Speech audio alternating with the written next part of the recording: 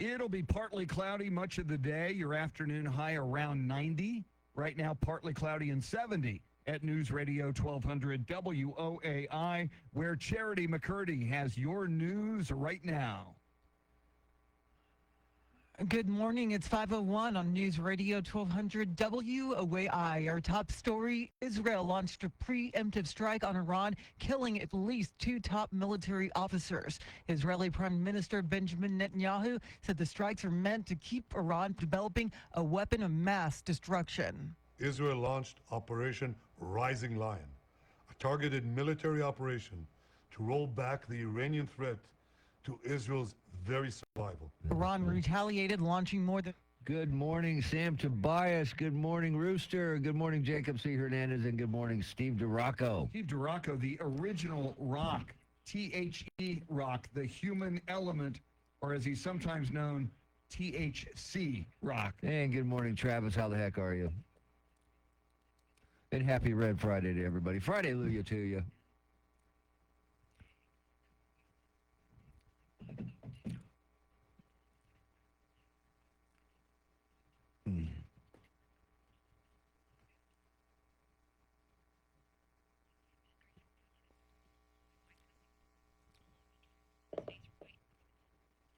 RK, what's going on? By the way, RK, you qualified for the breakfast yesterday. I tried to call you, but you did not answer, and your voicemail's not set up.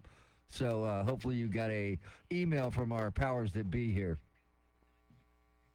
RK, we're looking forward to having you at the Breakfast Club.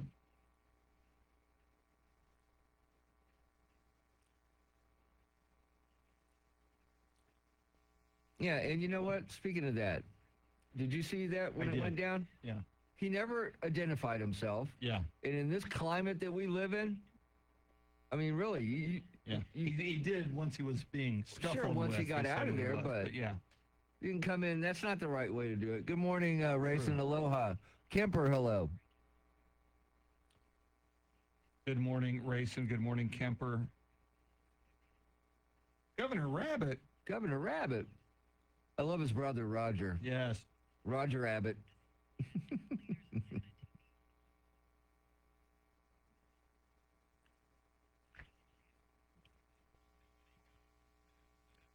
You know, they should send you an email, Travis, but you're in. You're on our list. So you're there, brother. Yeah, we got the list. You're on it. We've checked it twice. But we are going to find out who's naughty and nice. We don't want the nice. Just bring the naughty. We know that Kemper is very, very nice, and we know Steve DeRocco is extremely naughty. Ooh. I've known him since 4th grade. That's a good mix. I know where all the bodies are buried, as does he.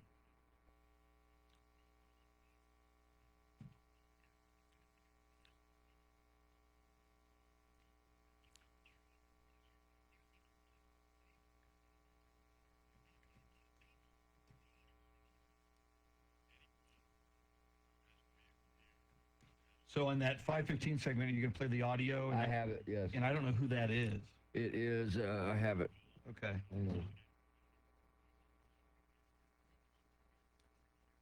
SA Fire Department, Joe Arrington. I don't know what his title is. Here we go. That'll work.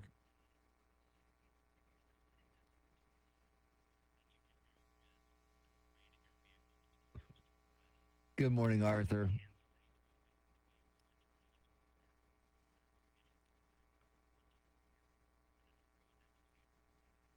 Well, you can, Sam. It just is frowned upon.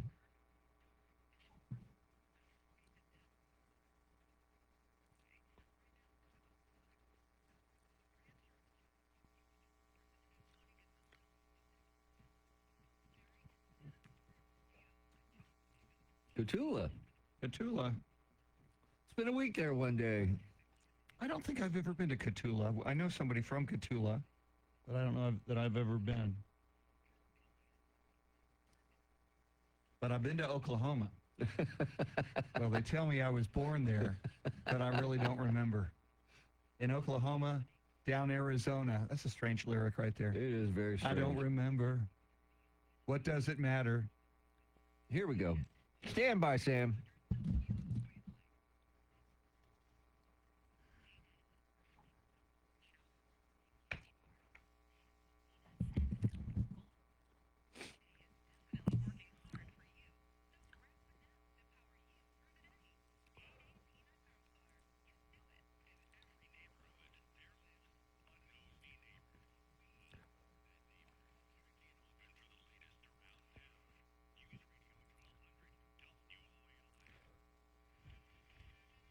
San Antonio's first news. I'm Chris Duell. That's Charity McCurdy bringing you the news. He's Mr. Thunderstorm, Tim Merriman. You were Mr. Thunderstorm yesterday. What And are the day before, yes. But today there's not really as many thunderstorms. So No, so I could just be Mr. T. you don't want to be Mr. THC for the weekend. Sure, it's Before the it's weekend. Why illegal. not? I say Mr. TGIF. That's where I'm going. Now we're talking. Yeah. Look at drop the mic, man. Drop that mic. Mr. TGI, thank you. We made it. Mr. TGIF. Wow, well, we've got so much to talk about all morning long. My goodness, where do we begin? The horrible story yesterday, 5 dead, 2 missing in that flooding. We will hear, Charity gave you a little bit of Joe Arrington from the San Antonio Fire Department. We'll hear more from him this morning. Israel bombing Iran nuclear facilities, killing also a lot of senior military leaders. Mr. T, I'm hearing from a number of corners this morning, that's the kind of spark that could create World War III. It's very possible. I hope we are not looking at that. That's the last thing we need. But we know that, they wanted to take out the nuclear facilities, the places they were storing all the nuclear power. And I guess they kind of succeeded at that. Yeah, we know some top military officials and scientists were killed in these airstrikes. And what's interesting is that the U.S. was not given a heads up, was not involved in this attack on Iran. And now the question comes, are U.S. military members safe at military bases in the Middle East? Yeah, there will almost certainly be retaliatory attacks. Will anybody other than Iran, will other countries come to Iran's aid in a counterattack? Well, my goodness, we will certainly keep an eye on that. And on a certain level, Iran's been a bad actor. We've been telling them, and President Trump has been telling them, dating back to his first administration, you can't have nukes. Iran, you're a bad actor. You're bad people. It can't be done. Not allowed. So on a certain level, if it doesn't start World War III, I kind of support Israel taking out their nuclear facilities. Somebody had to do it. Coming up, what we know about the horrible tragedy yesterday, multiple tragedies that happened as a result of the flooding. And we'll hear more from Joe Arrington with the San Antonio Fire Department. First, your traffic and weather together. Here's Maria Miller.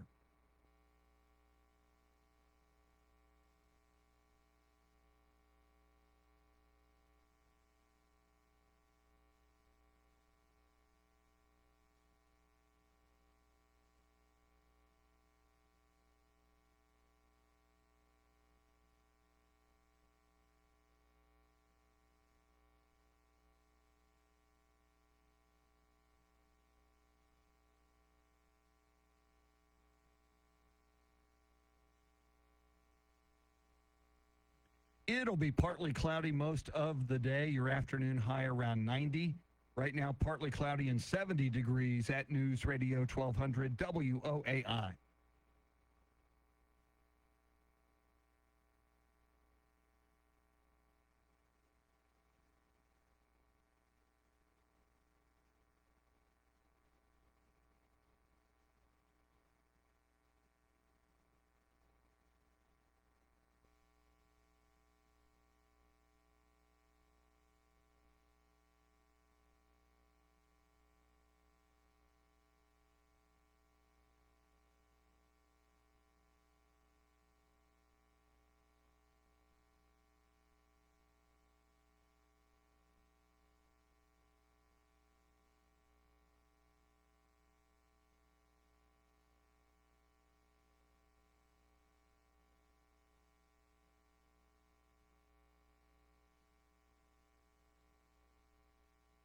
Yeah.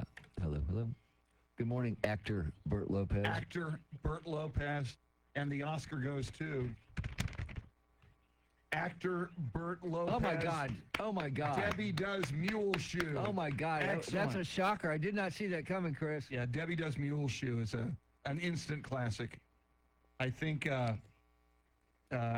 actor Bert Lopez, his role as the pizza delivery man. Oh, I believe it's got Oscar supporting actor written all over it. Chris, I've ordered a lot of pizza in my time, but I've never seen anybody deliver a pizza with such just such support and drama, and just he got behind the did. character and just carried it through. Yes, I he was did. moved by that pizza delivery. And I thought his character was torn because Debbie orders the pizza in Muleshoe, and he's there to do his job. He's there to deliver his pizza, and clearly Debbie did he deliver? Debbie wants more than pizza. And boy, from did he deliver, the pizza Chris, delivery yes. man, as played by actor Burt Lopez. And I could feel his inner conflict. Oh, it was there, Yeah. Chris. It was there.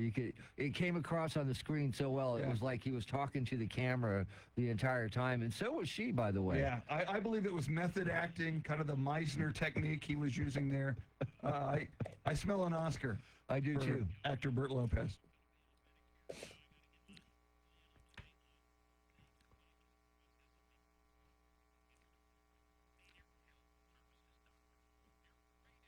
Thank you, Kemper. I'm just trying to wear as much red as possible. Someday, I've got like gray sweats on and blue Hoka shoes. One of these days, I'm going to have red pants, red socks, red shoes, red everything. I read that somewhere. Did you read that? I read that.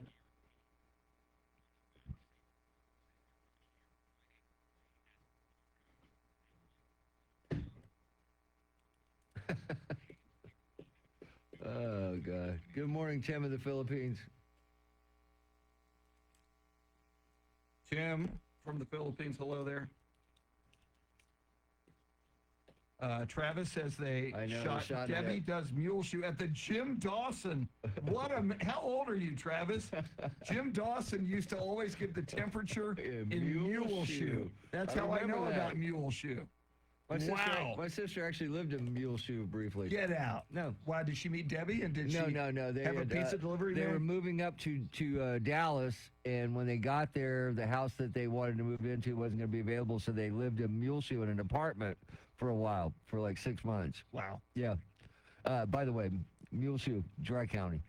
Oh, then I want nothing to do with it. Yeah. Who do they think they are? The state of Texas? I know. With prohibition?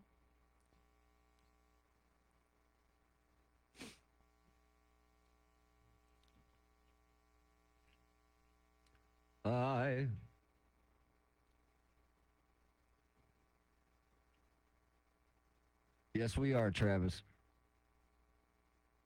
It was a good year. Lucinda Sullivan. Good morning, Lucinda. What is up, Lucinda? The pride of Indianapolis. Wow, and a Pacers fan. Oh, she's happy. They're up 2-1. This is the worst Michael Jackson ever. Yeah, Kia, World Car Kia has a Michael Jackson. I would be probably a comparable Michael Jackson. I think you'd be better, Chris. And I would gotta be totally honest with suck. you. I think you'd be better. Yeah, Lucinda, I was watching Pat McAfee yesterday, who is, as you imagine and probably know, huge Indianapolis and Indiana Pacers fan. He says the success of the Pacers will put pressure on the Colts Yes, to up I their agree with game, that. especially if they win the championship. I agree with that. Here we go. Well, 30 And seconds. I'm old ABA. I am completely down with the Pacers in this You matchup. really got to pull it off, man.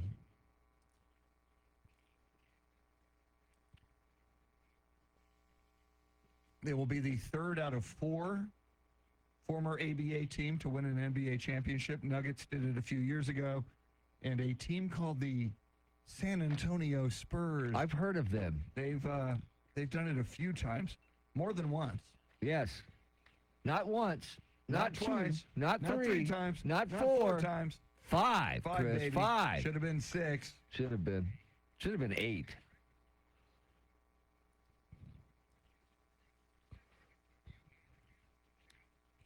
My goodness, we're late.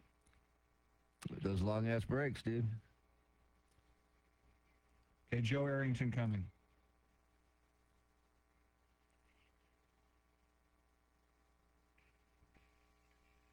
San Antonio's first news.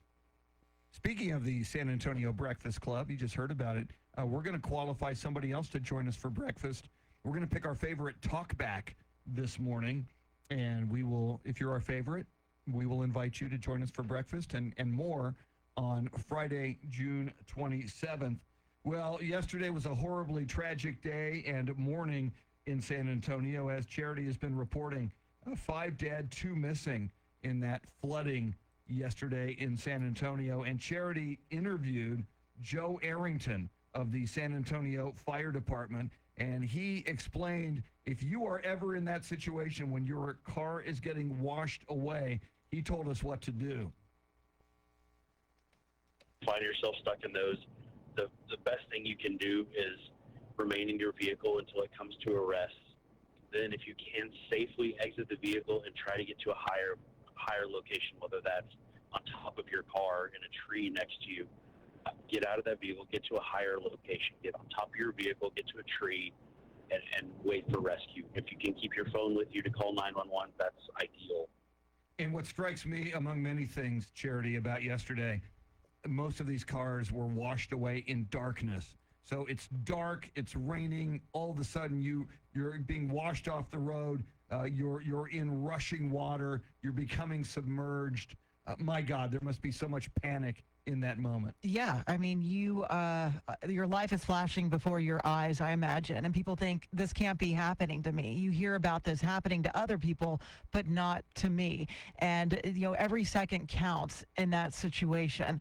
So it's important that you have a general idea of what to do. And Joe Arrington talked about how basically just get to higher ground, do whatever it takes to put yourself in a safer position, whether that's clinging to a tree, a bush, climbing on top of your car. You got to do whatever it takes. Yeah, and that's the problem is a lot of people don't know what to do in that situation. I think maybe this is something that should be taught in driver's ed, especially in San Antonio, Yes. what to do in these situations like this. How do you get out of this? Because right now, a lot of cars, all electric windows, Yeah. it's hard. You can't open your windows. You don't know what to do, and there's a panic that ensues. And when you panic, that's what happens. You end up doing the wrong thing. And I know a lot of people probably get tired of all of us and Maria Miller as well saying, turn around, don't drown.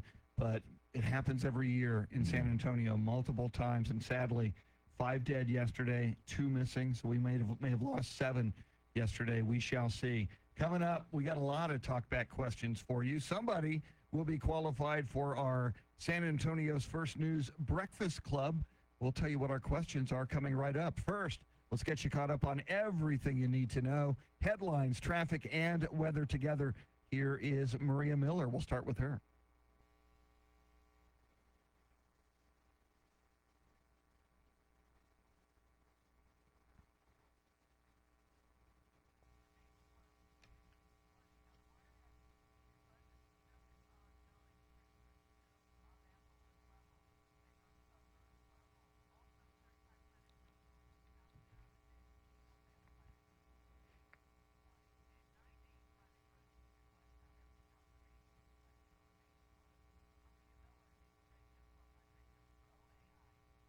Partly cloudy this afternoon with a high right around 90 currently. Partly cloudy and 70 at News Radio 1200 WOAI. Charity, what stories are you tracking? 5 are dead, 2 missing following the devastating flooding on the city's northeast side. President Trump is calling a meeting of the National Security Council today after Israel's military strike against Iran.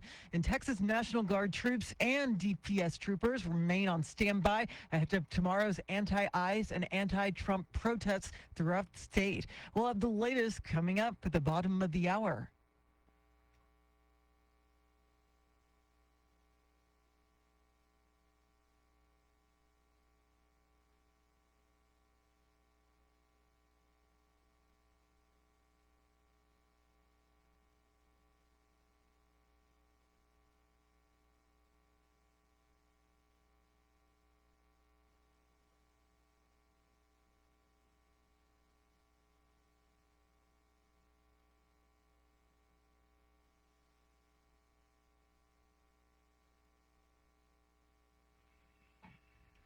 San Antonio's First News.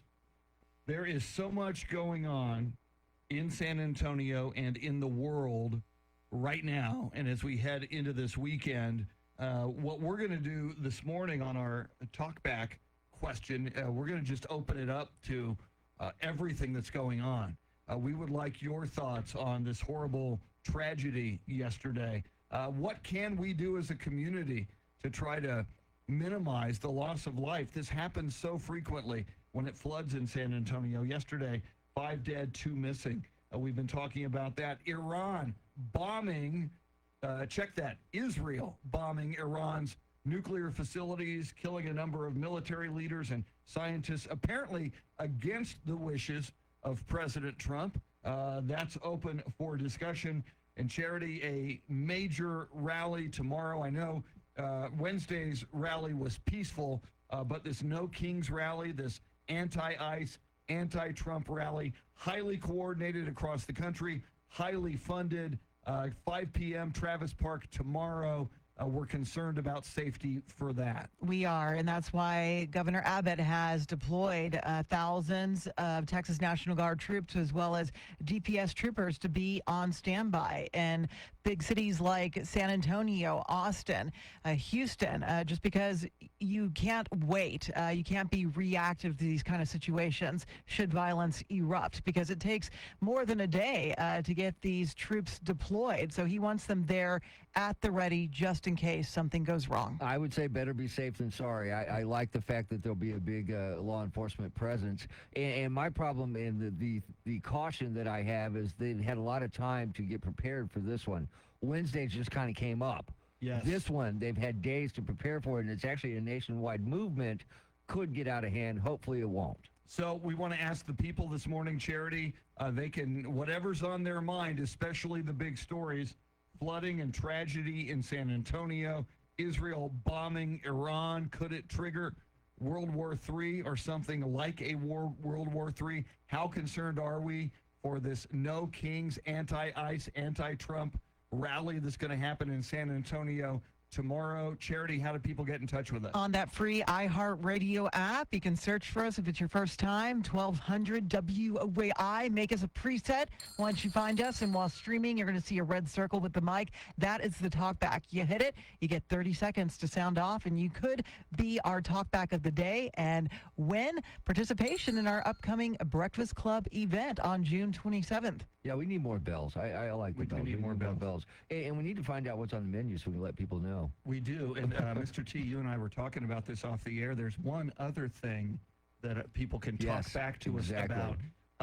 Charity, when is your birthday officially? Oh, I don't remember. I can't tell you. Is it Monday? No, it's Sunday. It's Sunday. It's Sunday. Father's Day is her birthday. Father's Day is Charity's birthday. Is that the 15th? Yes, It is, yeah. Okay, now, so in addition to everything else you talk back to us about, you can wish Charity a happy birthday. I know it's early, but we're not going to be here on Sunday, so you may as well wish her a happy birthday today. And as a lot of our listeners do, Mr. T, you can also proclaim your love for Charity in front of all of South Texas. Or if you'd like to sing happy birthday to her, that's fine too. Woo! Oh, I hear Kim's voice right now. I love it. Let me just say, as you mentioned that, Mr. T, if someone sings a happy birthday to Charity, I may just move them top of our voting list. I agree. For San Antonio's Breakfast Club. I I'm agree. just saying. Extra points, definitely. I feel a lot of blushing coming on this morning. Well, it is a red Friday. And that's why we have video. If you want to see Charity blush, go to Facebook, 1200 WOAI. We're streaming live video of Charity blushing, and we're all wearing red anyway, so you might not be able to tell the difference. Right now, WOAI News Time, 5:25. Let's get a look at your money. Here's Denise Pellegrini with the Bloomberg Business Network.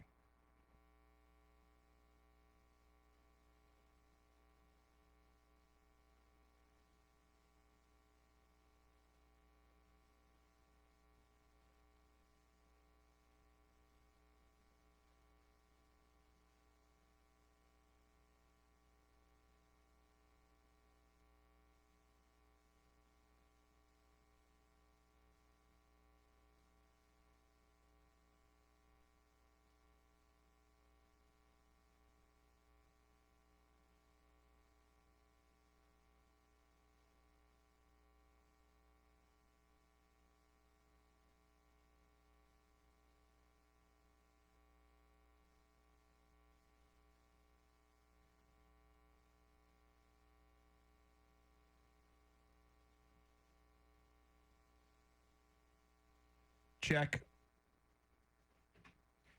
Do I see Beth Daring in here? Mary Beth Daring to you. Good morning, Mary Beth. What is up? There you go, Rayson.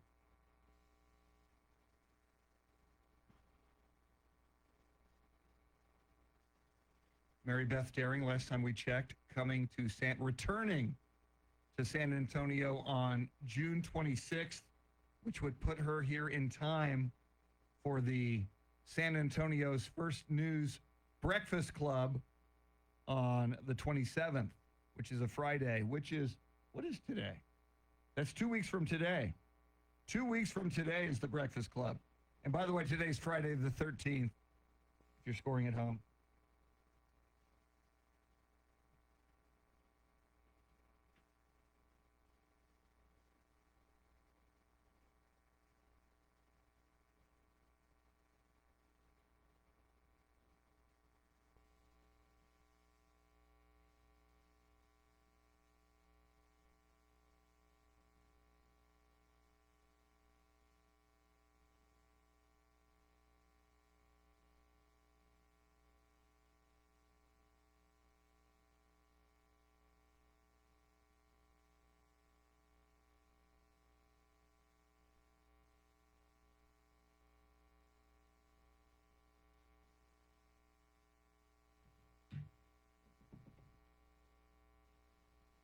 Travis, why would you assume that Charity is over 29? How do you know it's an anniversary of her 29th birthday?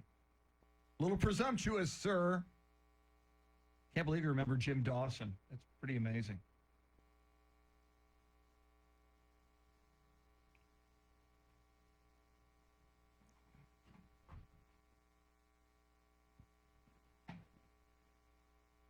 Uh, 536, any thoughts? No Kings. Okay. Sold.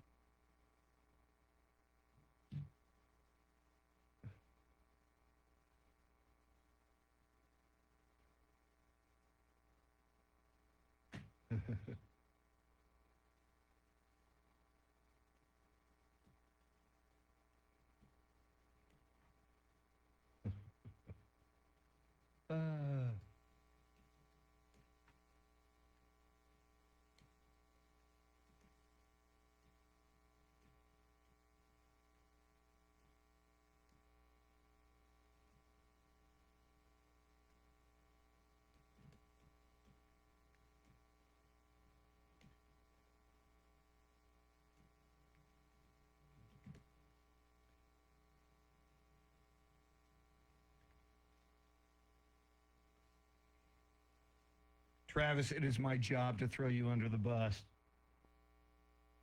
I mess with everybody. It's not personal. It's like, if I can mess with you, I'll mess with you. Hang on. Playfully. Hang on, man.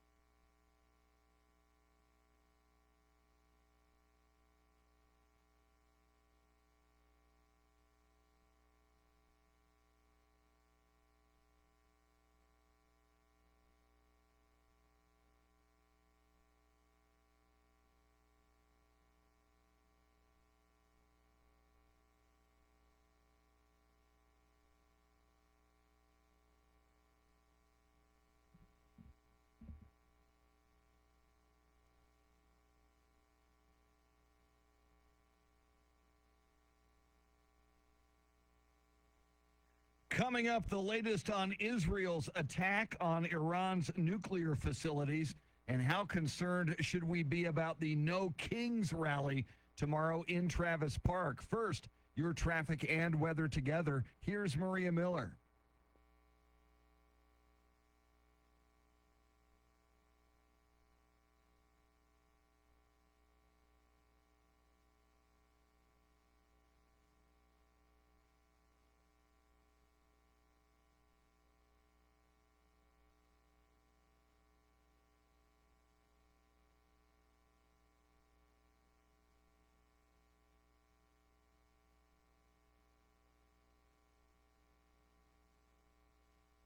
It'll be partly cloudy most of the day. Your high temperature right around 90. Right now, it is partly cloudy and 70 at News Radio 1200 WOAI, where Charity McCurdy has the news you need right now.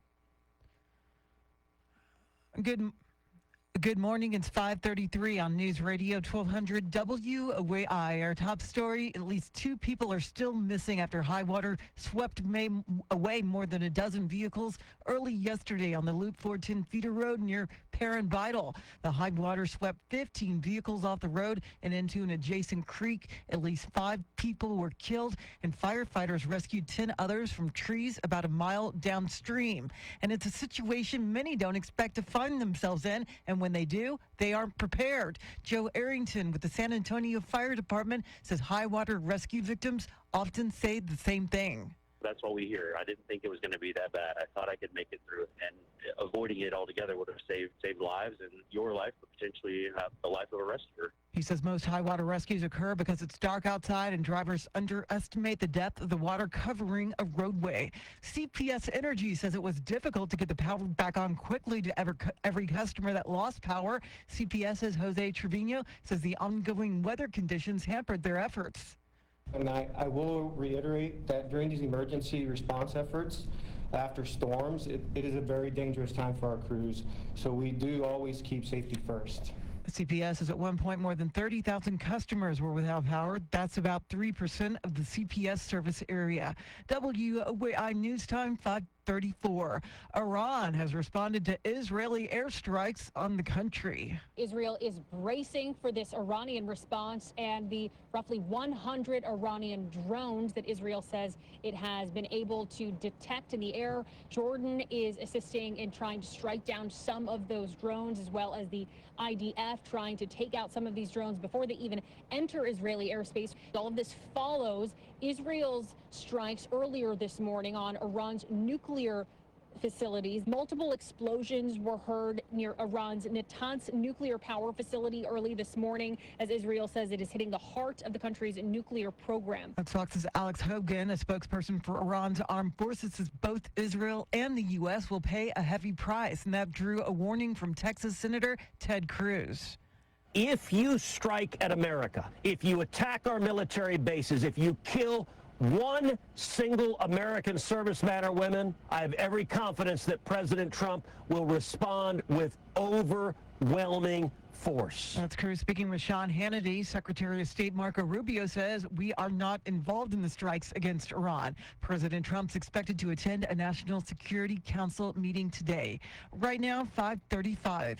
San Antonio is bracing for the No Kings protest tomorrow, but thanks to the efforts of Governor Abbott to deploy the Texas DPS and National Guard, residents are not expecting mass rioting like what's happening in L.A. Having a governor like that that's willing to step up counter to that of Gavin Newsom in California really does draw a stark contrast, and it will keep even these large urban areas safe amidst the left's organizing. Political consultant Luke Macias says so far he hasn't heard anything but thanks from San Antonio residents for the governor's actions, and thinks local Democrats are hurting themselves by opposing them. Tomorrow's protest takes place at Travis Park from 5 to 8 p.m.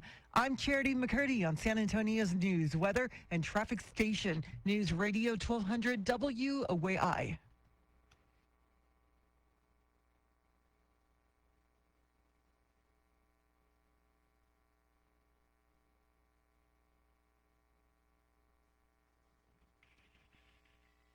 San Antonio's first news. I'm Chris Duell. That's Charity McCurdy with your news. He's Mr. T.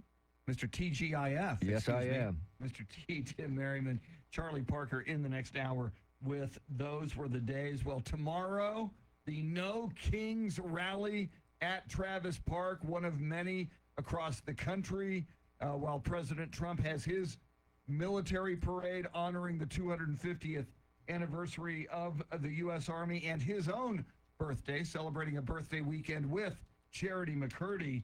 And it begs the question, does President Trump feel like a king? I don't feel like a king. I have to go through hell to get stuff approved. A king would say, I'm not going to get this. A king would have never had the California mandate to even be talking to him.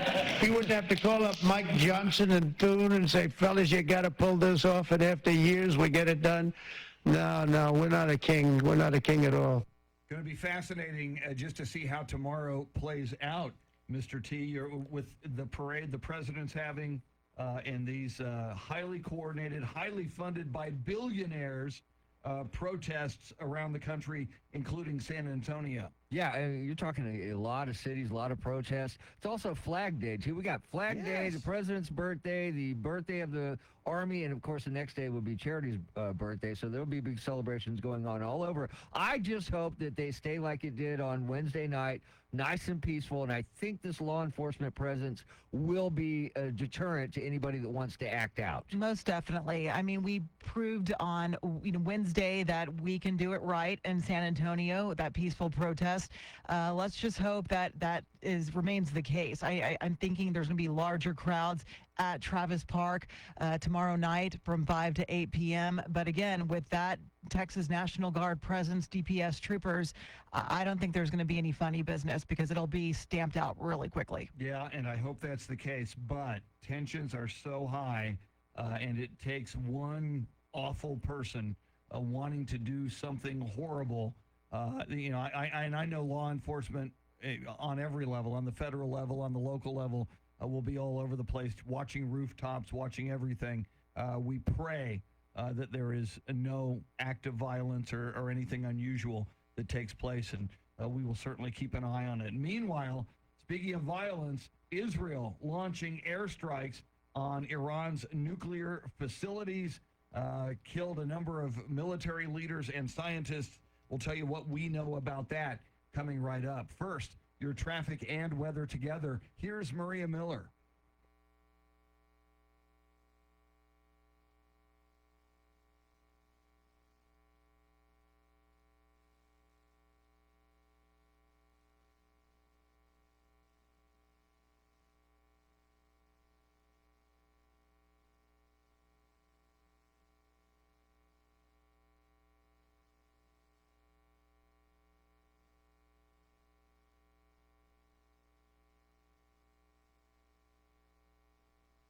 It'll be partly cloudy today. Your high right around 90. Right now, partly cloudy and 70 at News Radio 1200 WOAI.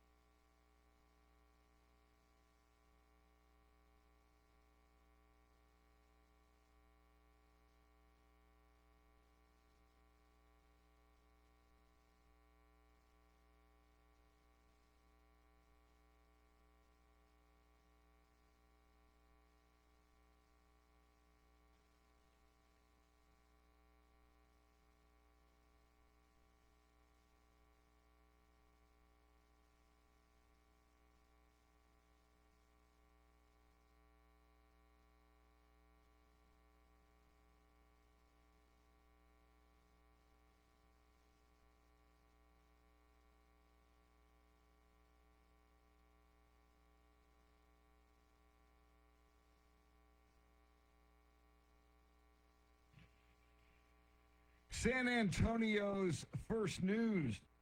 Israel launches airstrikes on Iran's nuclear facilities. Lots of damage. Major military leaders were killed, including the commander-in-chief of Iran's Revolutionary Guard. At least 6 scientists working on the nuclear program in Iran were killed as well. Let's listen to Israeli Prime Minister Benjamin Netanyahu. Moments ago, Israel launched Operation Rising Lion, a targeted military operation to roll back the Iranian threat to Israel's very survival. This operation will continue for as many days as it takes to remove this threat. As many days as it takes, Charity, it's expected to last several days. We've seen how long Israel has been conducting operations in Gaza in the aftermath of the original October 7th attacks on Israel.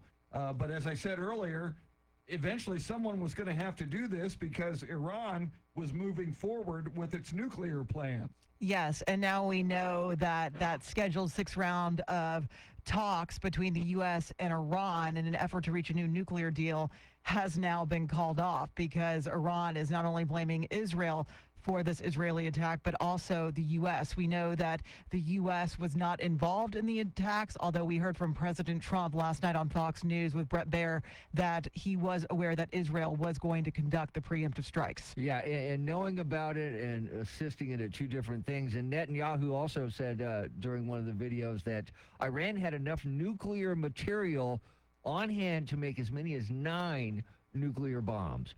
That right there is something that we really need to be worried about. And hopefully they can take out those sites and take out that, the nuclear materials they have safely and just get rid of it. And yet I woke up this morning, and I know the 2 of you did as well, so many analysts citing World War III. I mean, we've seen something much less than this start a world war before. World War I, the assassination of Archduke Franz Ferdinand. I mean, something like that can start a world war. And, Charity, you just wonder, people who are adversaries of Israel, adversaries of the United States. I'm thinking about China. I'm thinking about Russia. You just wonder if either one of those countries or another one or terrorist organizations want to come and avenge what happened to Iran in these attacks. Yeah, that is definitely a big concern moving forward, but we have to have put a big dent in Iran's nuclear program. I mean, considering 6 nuclear scientists were killed and 3 top military commanders, Iran was getting awfully close to a nuclear bomb, which is why Israel did what it did. We'll keep an eye on this story. We'll bring you the latest throughout the morning. Coming up, your talkbacks first. Let's get you caught up on headlines, traffic, and weather together, starting with Maria Miller.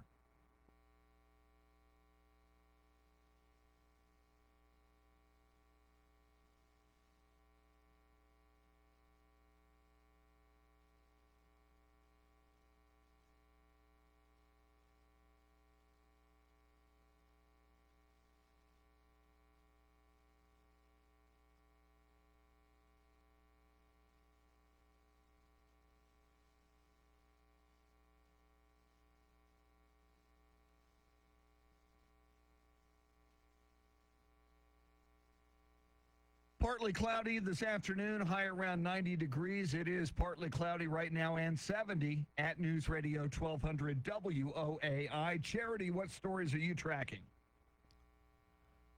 5 are now dead after their cars became submerged in floodwaters on the northeast side, with 2 people still missing. San Antonio and other big cities in Texas are bracing for another round of anti-Trump protests. And Israel launches a deadly attack on Iran and a preemptive strike to prevent a nuclear holocaust. We'll have the latest coming up at the top of the hour.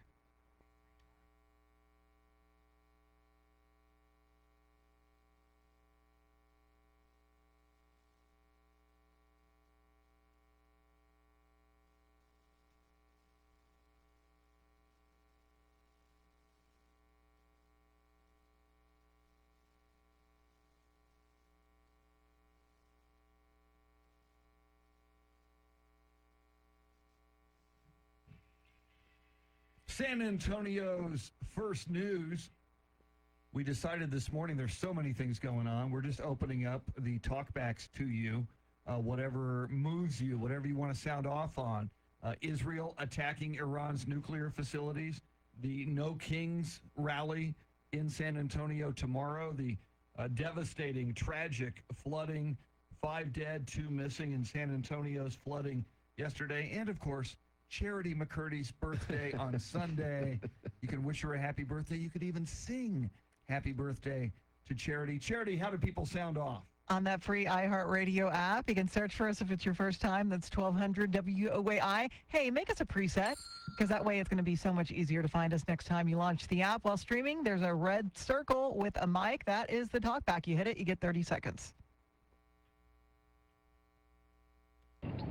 South Texas Willie here. I'm trying to figure out who's funding all these rallies to support illegal immigration. Those are crazy thoughts. South Texas out. RK here. Happy talk ahead birthday to Miss Charity. Not to worry, Miss Charity. You're going to get one of the biggest birthday hugs. I mean, it's almost going to be like a grizzly bear. But don't worry about it, this whole weekend until the breakfast. See you there, baby. Bye, y'all. San Antonio's First News. Hey, it's Joe. Just want to let you know Buck Cherry's new album, Roar Like Thunder, comes out today. Go ahead and check it out. Also, it is my 55th birthday today. But happy birthday to you, Charity, and me. Happy birthday to you, Charity, and me. Happy birthday, dear Charity, and me. Happy birthday to you. Have a good weekend, everybody. Good morning, crew. LJ in New Braunfels. Just wondering, why isn't there a depth marker at the 1 foot point? Why does it have to be at the lowest point? Normally when it's raining hard, you can't see it. By the time you see that marker, it's too late. There should be one that has a triggered, like a beacon, blinking, letting you know to turn around, don't drown. Yeah, LJ makes an interesting point. Maybe there is more we can do at these spots where people are losing their lives. Maybe flashing lights, beacons that get activated when it is raining like that to try to save more lives. We'll talk more about that coming up. Lots more coming at you as well, including in the next hour, Charlie Parker with Those Were the Days. And, of course, Charity's got all the big stories you need to know about right here at the top of the hour. WOAI News Time, 5:54.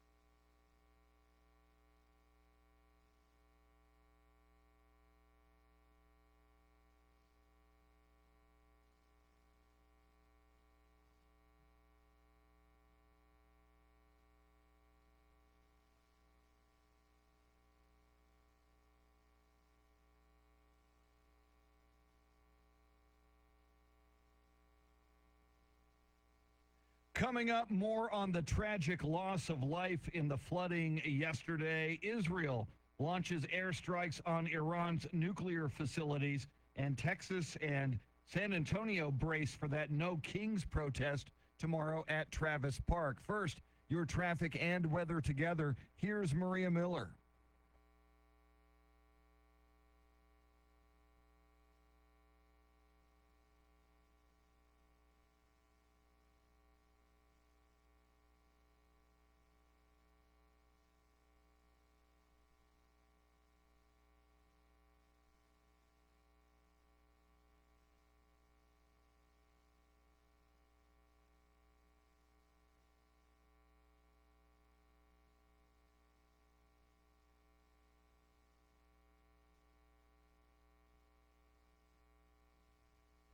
It'll be partly cloudy this afternoon with a high around 90. Right now, partly cloudy, 71 at News Radio 1200 WOAI, where Charity McCurdy has the news you need right now. Good morning at 6:01 on News Radio 1200 WOAI. Our top story, Israel launched a preemptive strike on Iran, killing at least 2 top military officers. Israeli Prime Minister Benjamin Netanyahu said the strikes are meant to prevent a nuclear holocaust. They backed up their genocidal rhetoric with a program to develop nuclear weapons. In recent years, Iran has produced enough highly enriched uranium for 9 atom bombs. Iran retaliated, launching more than 100 drones at Israel. The U.S. was not involved in Israel's attack, but President Trump got advance warning. There's a chance of massive conflict. We have a lot of American people in this area, and I said, we got to tell them to get out because something could happen soon. And I don't want to be the one that didn't give any warning. President Trump will be meeting with his National Security Council today. WOAI News Time 6:02. An appeals court ruled President Trump won't have to give up control of the National Guard in California for now after protests broke out against ICE raids in Los Angeles. That decision from the federal appeals court pauses an earlier order from a district court judge that required President Trump to return control of the California National Guard back to Governor Gavin Newsom.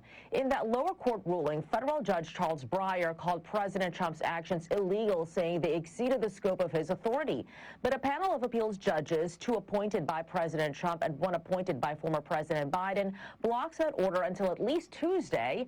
That's when they'll hold a hearing on the issue. So this means the National Guard will remain under federal control through the weekend.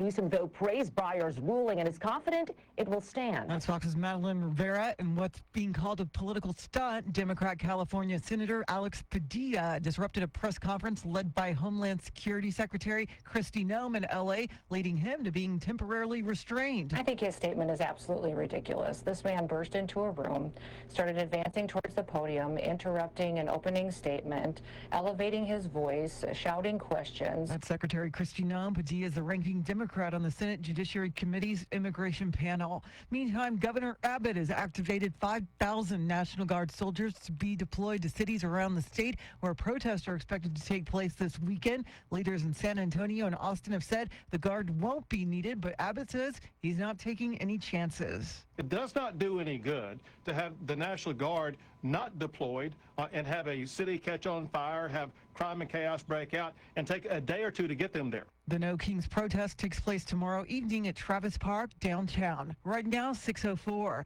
San Antonio police now say 5 people died in yesterday morning's flooding on the city's northeast side.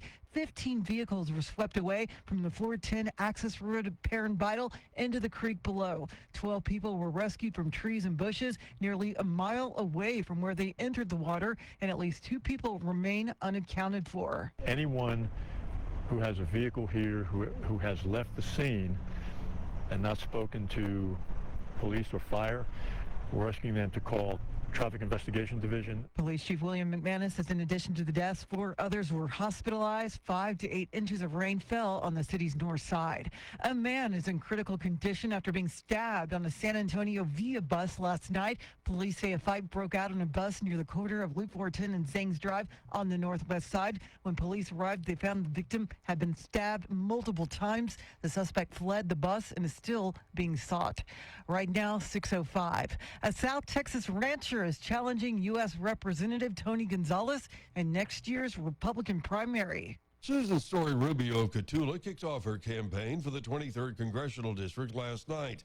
Story Rubio accuses Gonzalez of being a moderate who didn't stand up to Joe Biden and doesn't support President Trump. Gonzalez won last year's primary by fewer than 400 votes.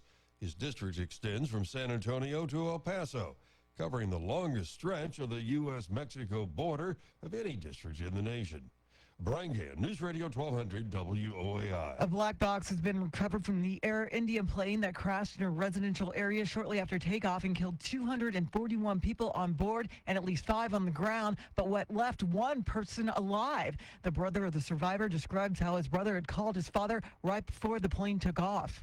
And then literally like 2 minutes later, he video called my dad. As he crashed, he said, "Our plane's crashed." All of that. I don't know where my brother is. I don't see any other passengers. I don't know how I'm alive, how I exited the plane. This was the first crash involving a Boeing 787. I'm Charity McCurdy on San Antonio's news, weather, and traffic station News Radio 1200 WOAI.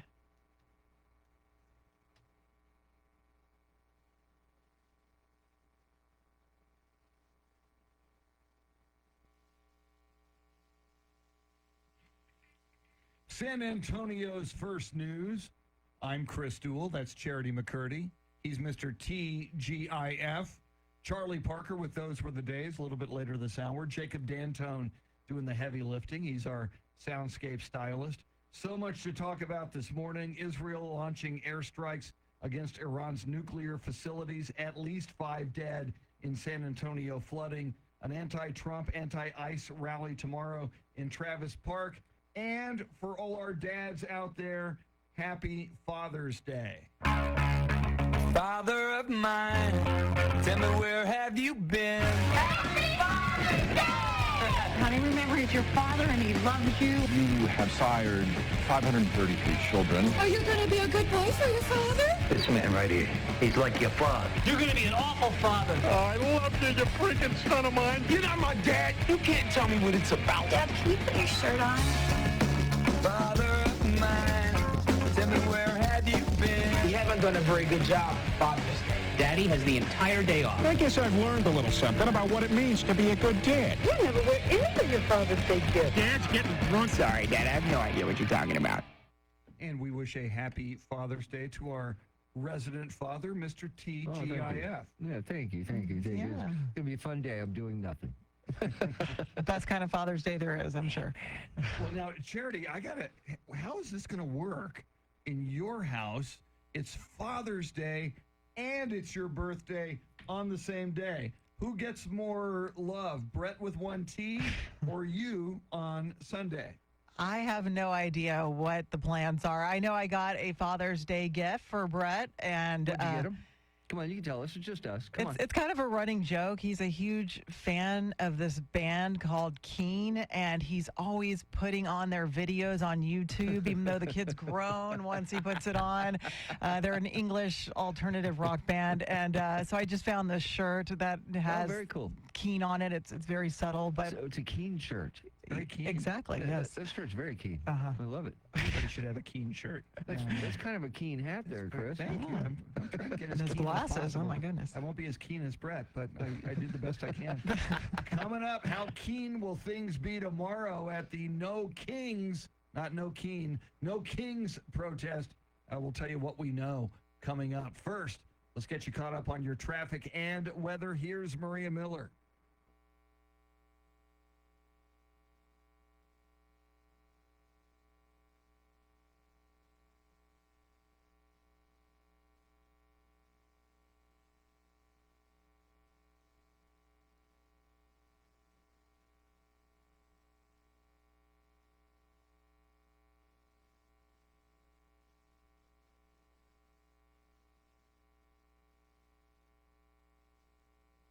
It'll be partly cloudy throughout the day. Your high temperature around 90. Right now, partly cloudy, 71 at News Radio 1200 WOAI.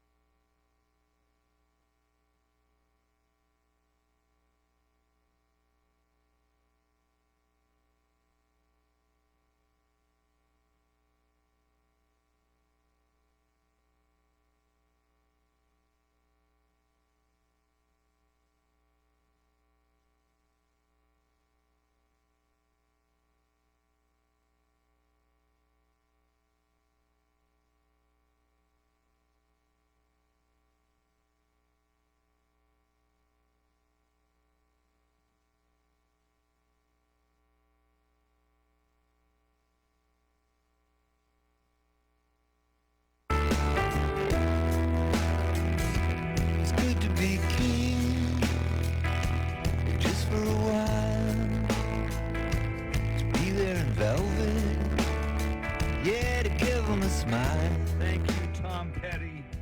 One of my all-time favorites. Tom Petty saying, "It's good to be king." However, in San Antonio and across the country tomorrow, there will be no Kings rallies. And Charity, I'm looking at their website, they're calling it a nationwide day of defiance among the about the event, where they write, "In America, we don't put up with would-be kings. No Kings is a national day of action and mass mobilization in response to increasing authoritarian excesses and corruption from Trump and his allies." Yeah, this is orchestrated by the 50501 movement, which stands for 50 states, 50 protests, one movement. And of course, in the state of Texas, there's going to be a heavy security presence as Governor Abbott, in advance, deployed more than 5,000 Texas National Guard troops, along with more than 2,000 state police. Yeah, and I hope not just here, but all across the country, every one of these protests remains peaceful, because if you're talking about an act of defiance, that tells me that this is, kind of gearing towards not being peaceful. An act of defiance, could go either way. I just hope that, get your voice out there, say what you want to say, but remain peaceful. That is your right. Yeah, tensions are so high, and it was interesting Wednesday, and we talk about the rally that happened here, and I think it was called "Retake the Alamo" or something like that. But you had some Trump supporters, some pro-MAGA people showing up. Now, we saw video of police officers walking them away, and one of my concerns, Charity, is on either side of these issues, passions are so high, beliefs, tensions are so high. I think that's where we could get into trouble if people from opposite points of view, opposite sides of the spectrum here wind up confronting one another during this event. And that's why this heavy police presence is so important.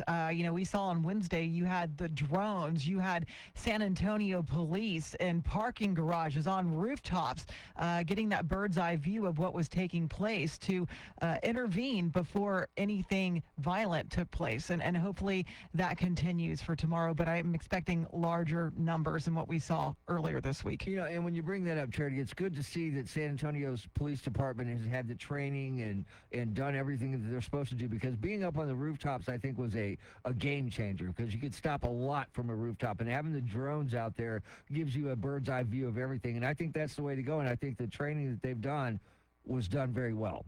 Going to be very fascinating to see how it plays out tomorrow in San Antonio and across the country. Coming up, more of your talkbacks, and don't forget, we're going to qualify somebody for the San Antonio's First News Breakfast Club, which is 2 weeks from today. Can you believe it?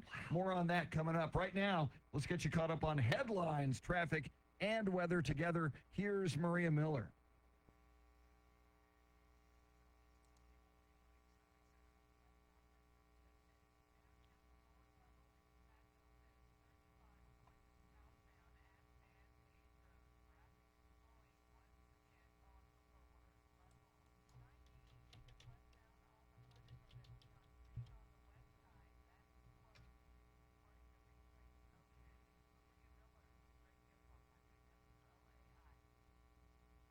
It'll be partly cloudy today. Your afternoon high around 90 degrees. Right now, partly cloudy and 71 at News Radio 1200 WOAI. Charity, what's going on in the world?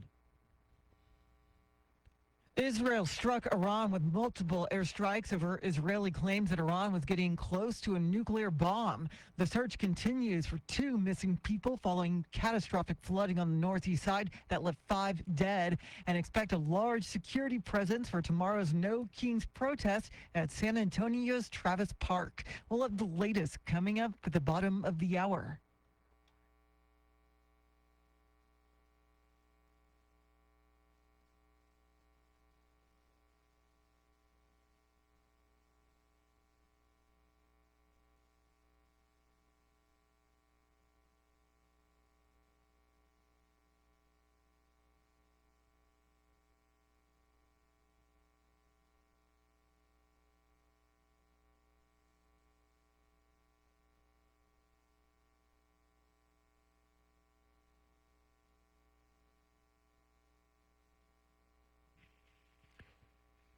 San Antonio's first news coming up in less than 4 minutes. We'll get a look at your money with Denise Pellegrini from the Bloomberg Business Network. In the next half hour, Charlie Parker with Those Were the Days. But we're asking you this morning on our Talkback feature, so much to talk about. Israel launching the airstrikes against Iran's nuclear facilities, the tragic loss of life in San Antonio flooding yesterday, the No Kings rally tomorrow in Travis Park, and of course, Charity McCurdy's birthday this weekend. You can certainly sound off on that.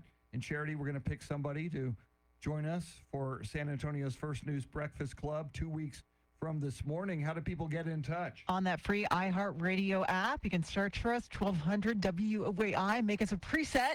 It makes the process so much simpler. Next time you launch the app, you'll find us immediately. And while streaming, there's a red circle with the mic. That's the talkback. It gives you 30 seconds.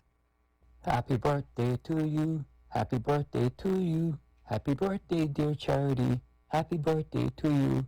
Holy how, Charity. Aloha. San Antonio's First News, WOAI. Charity McCurdy has a birthday coming up on Father's Day. Happy birthday to you. Happy birthday to you. Happy birthday, dear Charity. Happy birthday to you and many more. Happy birthday, Charity. This is Kim. Happy birthday to Charity. She's a sweetheart and a rarity. And to Chris and Mr. T too. Happy Father's Day to you. On a more serious note, to the flood victims and their families, may God give you strength. Finally, God bless all the military fathers who are deployed and away from home. We appreciate your service. This is a fellow San Antonio resident. As far as the protesters, it's San Antonio, we're not California. Pretty sure they'll remain peaceful, not attending myself. As far as for the parade, wish we'd find better ways to spend tax money. That's quite a bit. Thank you.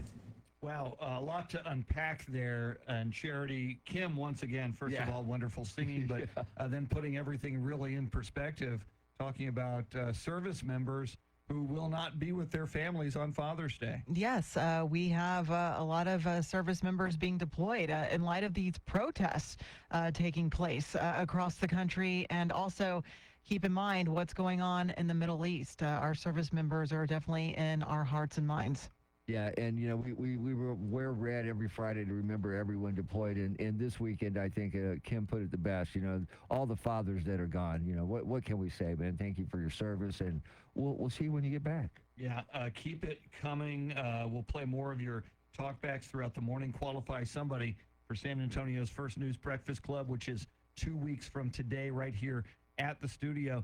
Coming up, did you see that senator trying to crash a Homeland Security press conference? Things got ugly. He was shown the door quite vigorously. We'll talk about that and a whole lot more. Charity with everything you need to know at the bottom of the hour. Right now, WOAI News Time coming up on 625. Let's get a look at your money. Here's Denise Pellegrini with the Bloomberg Business Network.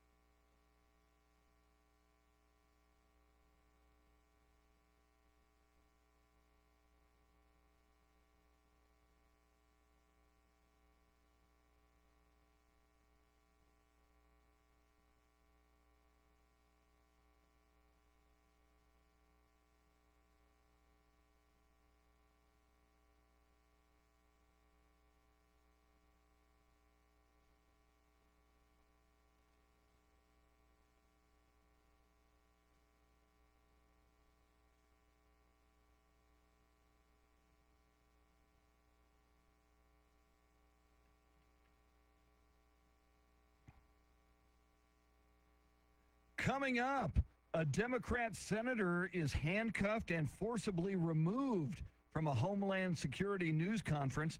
Did he have it coming? We'll talk about that coming up. First, your traffic and weather together. Here's Maria Miller.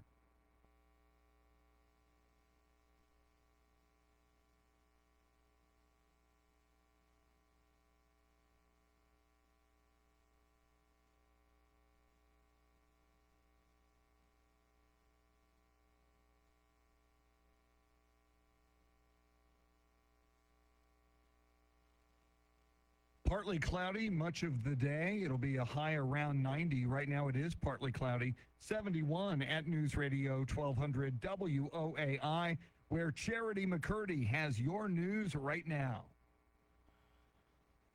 Good morning. It's 6:32 on News Radio 1200 at WOAI. Our top story, Iran has responded to Israeli airstrikes on the country.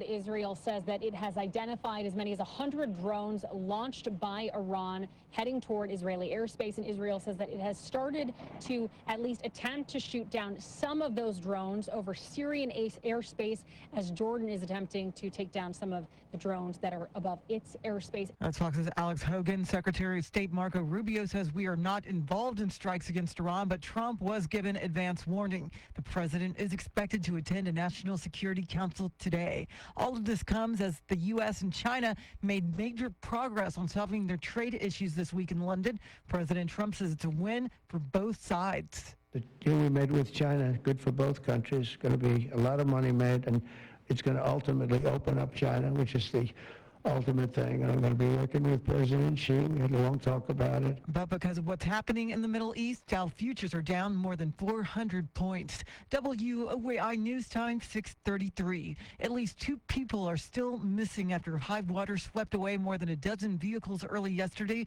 on the Loop 410 feeder road near Perrin Vital. The high water swept 15 vehicles off the road and into an adjacent creek. At least 5 people were killed, and firefighters rescued 10 others from trees about a mile downstream. And it's a situation many don't expect to find themselves in, and when they do, they're not prepared. Joe Arrington with the San Antonio Fire Department says high water rescue victims often say the same thing. That's what we hear. I didn't think it was going to be that bad. I thought I could make it through it, and avoiding it altogether would have saved lives, and your life, but potentially the life of a rescuer. He says most high water rescues occur because it's dark outside and drivers underestimate the depth of the water covering a roadway. CPS Energy says it was difficult to get the power back on quickly to every customer that lost it yesterday during the morning storms. CPS's Jose Trevino says the ongoing weather conditions really hampered their efforts. And I will reiterate that during these emergency response efforts after storms, it is a very dangerous time for our crews.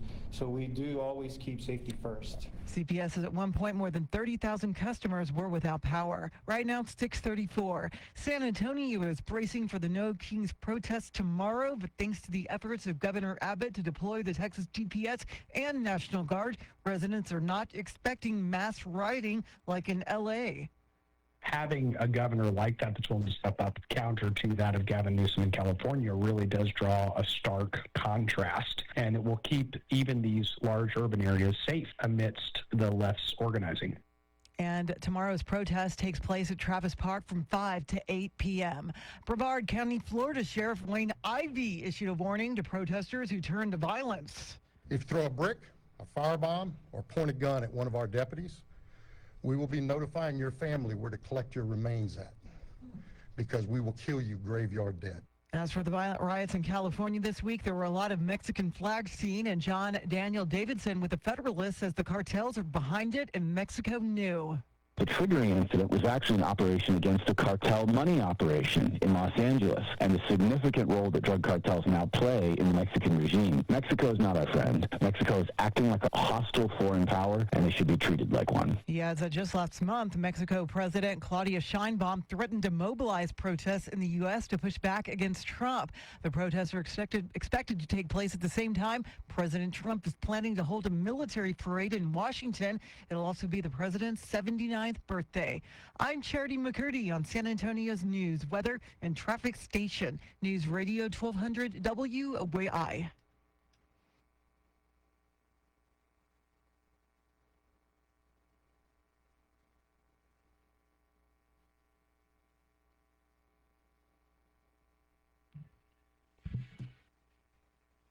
San Antonio's first news. A Democrat senator from California, Senator Alex Padilla, forcibly removed from a Homeland Security news conference. He is handcuffed, and he is obviously not happy about that. Now, conducting the news conference was Homeland Security Secretary Kristi Noem. Let's listen to her perspective. I wish that he would have reached out and identified himself and let us know who he was and that he wanted to talk. His approach, was something that I don't think was appropriate at all. But the conversation was great, and we're going to continue to communicate. And Mr. T, I think Secretary Kristi Noem makes a good point. We've all seen the video. When he first comes into that press conference, he's, kind of aggressive, coming toward the stage, which is where the Secretary, Kristi Noem, was. After he's grabbed by security and they're tussling with him and bringing him out, he does at that point say, "I'm a senator," but by that point, the die was already cast. Yeah, in this climate, this day and time, everything that we deal with on a daily basis, somebody coming into a press conference and just being that aggressive without identifying himself first, bad move on his part. Security did what they were supposed to do, and they probably weren't listening to him when he was saying he was a congressman. They were just trying to get him out of the room. Yeah, Congress has a total of 535 voting members. I don't know how Kristi Noem is expected to be able to identify him. I think you have to be extremely careful, and law enforcement there did the right thing. They didn't know who he was. He wasn't flashing badges or identification. You kind of have to assume worst case scenario. Yeah, and there are so many other ways to do this through proper channels, and it really seems like in this case, Senator Alex Padilla kind of wanted to ambush her, wanted to show up and, make some noise, get on camera, wag a finger at her, and this was just not the way to do it. So maybe he was trying to go viral? Yes, probably. Think about it. Yeah, he was probably trying to orchestrate a viral moment, and it did go viral, but it did not go for the right reasons. Yeah, it did not go the way Senator Alex Padilla was hoping. Coming up, the latest on the flooding in San Antonio, the loss of life, and still 2 missing. We'll talk about that, tell you what we know coming right up. First, your traffic and weather together. Here's Maria Miller.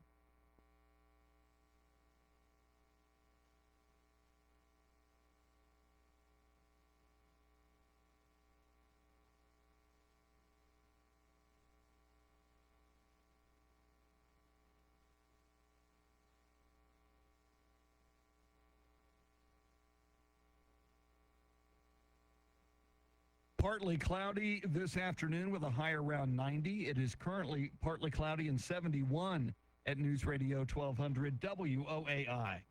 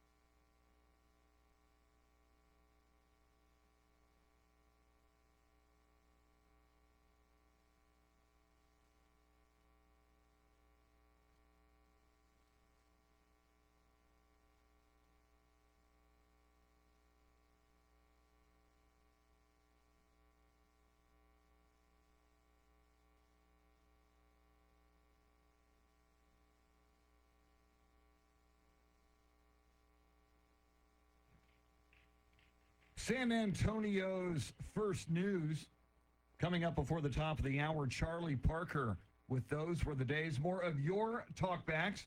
We're going to pick our favorite talkback this morning and invite you to our San Antonio's first news, first ever Breakfast Club, which is 2 weeks from today, right here at the studio.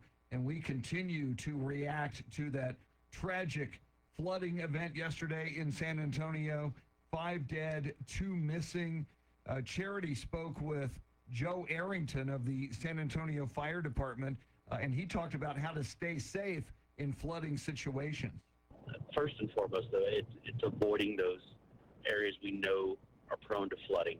If you live in an area, you work in an area that's known, that you know an area that floods, know an alternate route, know a different way to get home, to get to work around those areas that are low water crossings or that go over some of our creeks in the area, bridges over the creeks. Yeah, Charity, we all have to be more vigilant, not only when it is raining and perhaps flooding, but to know where these low water, therefore high water areas are. Yes, and especially when it's dark outside, if you're driving in the early morning, overnight hours, it can catch you by surprise if you're not familiar where those low-lying areas are, those flood-prone areas. And when you consider that more than a dozen vehicles, 15 in all, were swept away near Loop 410 and Perrin Vital into this creek. I mean, that just goes to show how many people were caught off guard by these torrential rains. Yeah, the torrential rains that just dropped buckets of water on top of us up to 7 inches, and it was falling 2 inches an hour. You think about that. And the flash flooding, the flash part of flash flooding is there for a reason. It comes up so fast, and these people were just on their way to work. They were just trying to get where they were going. Probably weren't expecting the rain that we got. Nobody really was expecting that much rain in that little time, but it took them by surprise. And water is very powerful, so it's something we all got to remember. Yeah, what struck me yesterday, these poor people, God love them, they were doing, Charity, the same thing we were doing, trying to get to work, saying, I got to get to work. I'm running a little bit late. Is this rain going to delay me? And, when we go to work, our route is so routine. It's like we drive it every day. It's like, yeah, I've driven this before in the rain. I've driven this before in heavy rain. I can do it. I can make it. And sometimes, no, you can't. Yeah. And it's just one of those things where you have to be prepared for the unexpected, and you have to do whatever it takes to keep yourself, your passengers, and your vehicle safe. And Joe Arrington talked about, you stop your car if you have to reverse to get out of those flood waters. If you have to climb on top of your vehicle, get to higher ground, your safety is priority number one. Amen to that. And I talked about it earlier. Most cars nowadays have power windows, power locks, all that. And when water hits your car, those power windows stop working. So you got to know a way to get out of that car through that window. Use your headrest. It works. Yeah, it's so scary. And again, as T mentioned, that all happened in the darkness. People were just suddenly swept away in water, rising water, their vehicle floating away and in darkness. Just a harrowing, very, very terrifying situation. Coming up, more of your talkbacks and Charlie Parker on the way with Those Were the Days. First, let's get you caught up on everything you need to know. Your headlines, traffic, and weather together, starting with Maria Miller.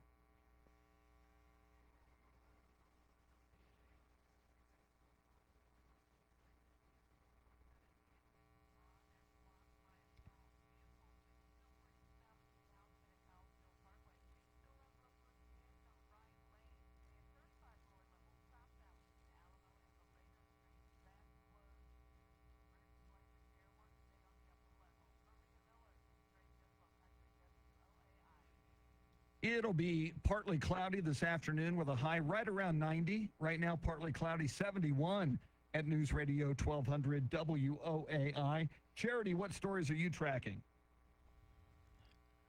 Israel strikes the heart of Iran's nuclear program while fending off retaliatory drone attacks. Security preparations are underway for tomorrow's mass anti-Trump protests across the country, including here in San Antonio. And the death toll from yesterday's floods is up to 5, with 2 people still unaccounted for. We'll have the latest at the top of the hour.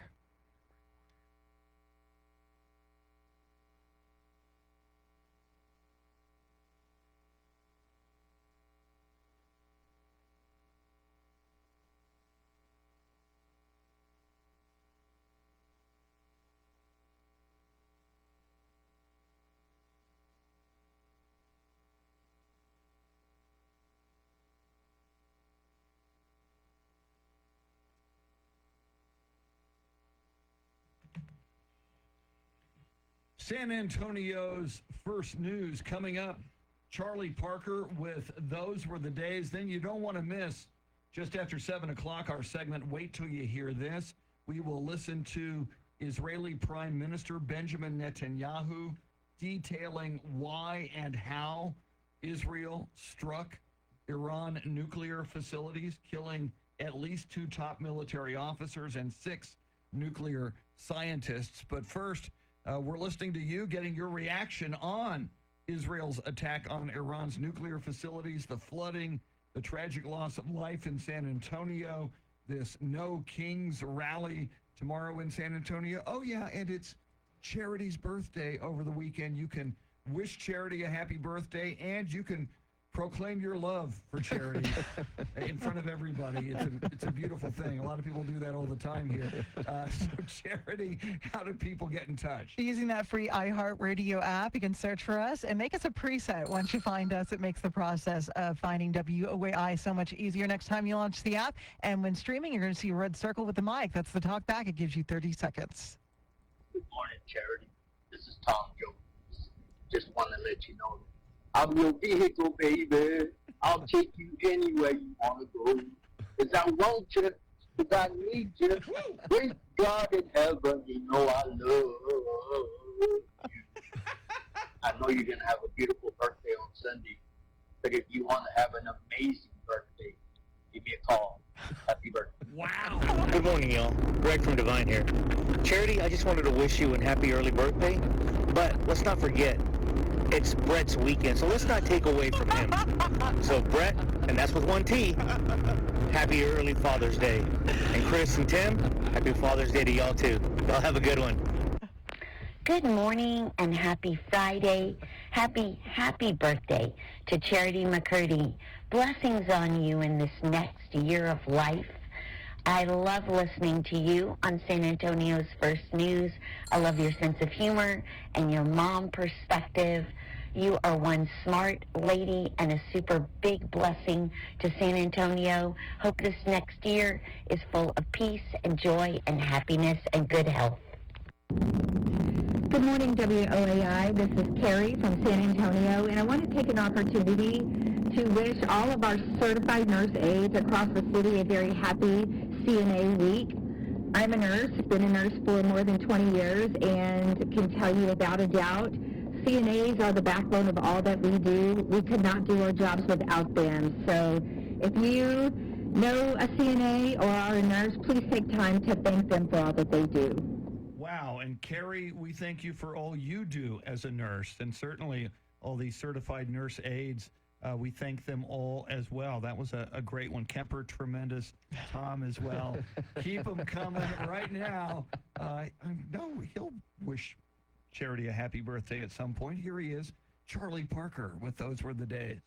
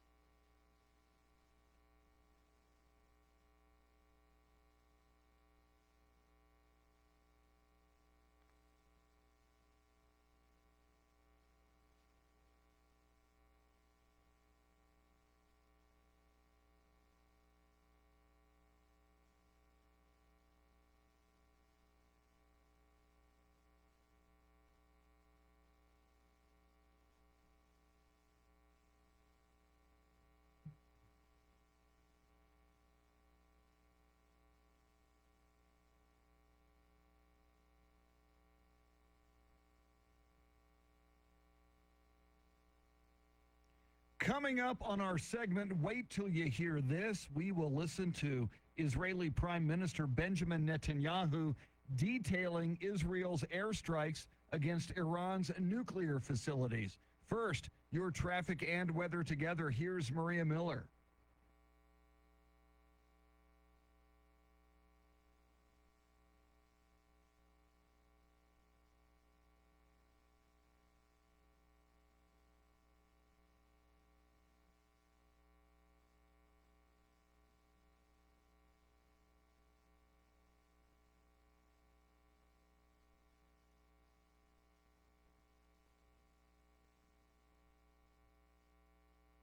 Partly cloudy this afternoon with a high right around 90. It's currently partly cloudy and 71 at News Radio 1200 WOAI, where Charity McCurdy has the news you need right now. Good morning. It's 7:01 on News Radio 1200 WOAI. Our top story, Israel launched a preemptive strike on Iran, killing at least 2 top military officers. Israeli Prime Minister Benjamin Netanyahu said the strikes were meant to keep Iran from developing a weapon of mass destruction. Israel launched Operation Rising Lion, a targeted military operation to roll back the Iranian threat to Israel's very survival. Iran retaliated, launching more than 100 drones at Israel. You know, many times people condemn us, but I'm sure, you know, when they will learn in the history books 20, 50, 100 years from tonight, they will realize it was a historic decision of the Israeli government. That's Israel's ambassador to the UN, Danny Danon. The U.S. was not involved in Israel's attack, but was given advance warning. President Trump will be meeting with its National Security Council today. WOAI News Time 7:02. Well, another twist in the legal fight over a National Guard deployment. President Trump retains control of National Guard troops deployed in Los Angeles after an appeals court temporarily lifted a judge's block on that deployment. The ruling from the 9th U.S. Circuit Court of Appeals, comprised of 2 Trump-nominated judges and 1 appointee of former President Biden, was issued after a U.S. district judge called the president's move illegal. The Trump administration asked the 9th Circuit to intervene for what it called an extraordinary intrusion into the authority of the president. That's Fox's Lillian Wu. And what's being called a political stunt, Democrat California Senator Alex Padilla disrupted a press conference led by Homeland Security Secretary Kristi Noem in L.A., leading to him being temporarily restrained. This man burst into the room, started lunging towards the podium, interrupting me and elevating his voice, and was stopped, did not identify himself, and was removed from the room. Padilla is the ranking Democrat on the Senate Judiciary Committee's immigration panel. Meantime, Governor Abbott's activated 5,000 National Guard soldiers to be deployed to cities around the state where protests are expected to take place this weekend. Leaders in San Antonio and Austin have said the Guard won't be needed, but Abbott says he's not taking a chance.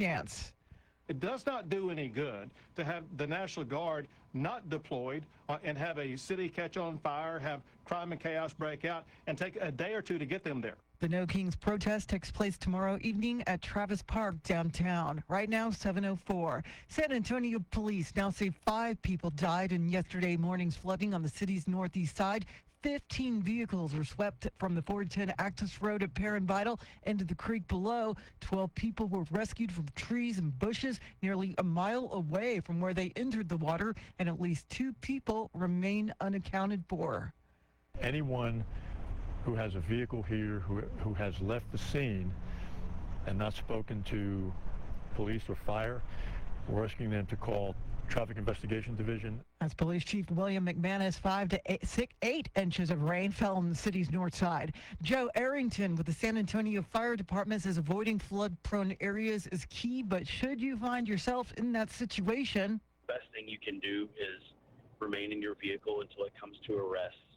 Then if you can, safely exit the vehicle and try to get to a higher location, whether that's on top of your car in a tree next to you. He advises keeping your cell phone with you to call 911. Most high water rescues occur because it's dark outside and drivers underestimate the depth of the water covering a roadway.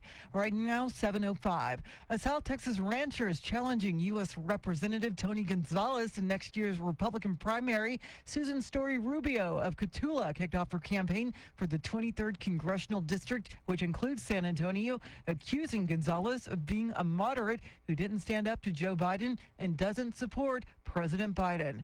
Air India says at least 241 people are dead after a plane crashed in the western part of the country yesterday. Only one passenger survived the crash. The Boeing 787-8 Dreamliner was bound for London when it crashed. I'm Charity McCurdy on San Antonio's news, weather, and traffic station. News Radio 1200 WOAI.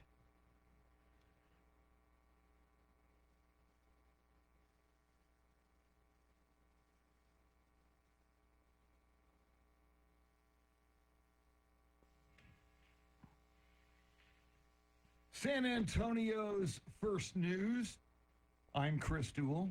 She's Charity McCurdy bringing you the news. He is Mr. T, Tim Merriman. We are all wearing red to remember everyone deployed until they all come home. You want to verify that? You can go to Facebook. We're streaming a live video on Facebook. Go to Facebook, look for 1200 WOAI. You can find us. And joining us in studio in the next hour, the king of all media, Richard Oliver. He's got some very important information for anybody attending the Shakira concert, which is that tonight? It is tonight, Chris. Tonight. Thank you. I don't have my Shakira tickets. That's why I wasn't certain about. You don't have your tickets yet? I know. What can I tell you? I'm delinquent on my. We're hoping Richard will bring in a big bag of them or something. Maybe he'll be. You get a ticket, and you get a ticket. Well, it's Charity's birthday, so you never know. Exactly. I'm sure Richard will come prepared. We love hanging out with Richard Oliver. That's coming up. Every weekday morning at this time, we span the globe to bring you the constant variety of audio in a segment we call Wait Till You Hear This. It is the huge international story this morning. Israel launched airstrikes against Iran's nuclear facilities, killing top military officials and at least 6 nuclear scientists. Let's listen to Israeli Prime Minister Benjamin Netanyahu. Now, as Prime Minister, I've made it clear time and again, Israel will never allow those who call for our annihilation to develop the means to achieve that goal. Tonight, Israel backs those words with action. We struck at the heart of Iran's nuclear enrichment program. We struck at the heart of Iran's nuclear weaponization program. We targeted Iran's main enrichment facility in Natanz. We targeted Iran's leading nuclear scientists working on the Iranian bomb. Our actions against Iran's proxy Hezbollah led to the establishment of a new government in Lebanon and the collapse of Assad's murderous regime in Syria. The peoples of those two countries now have a chance for a different future, a better future. So too do the brave people of Iran, and I have a message for them. Our fight is not with you. Our fight is with the brutal dictatorship that has oppressed you for 46 years. I believe that the day of your liberation is near. Wow, Benjamin Netanyahu with some big words, some powerful words as he not only details Israel's attack on Iran's nuclear facilities, but telling the people of Iran the fight is not with you, and he looks forward to the day when they liberate the nation of Iran. Rolling forward, we'll talk about a major protest in San Antonio tomorrow, and it's actually going to take place across the country as well. First, your traffic and weather together. Here's Maria Miller.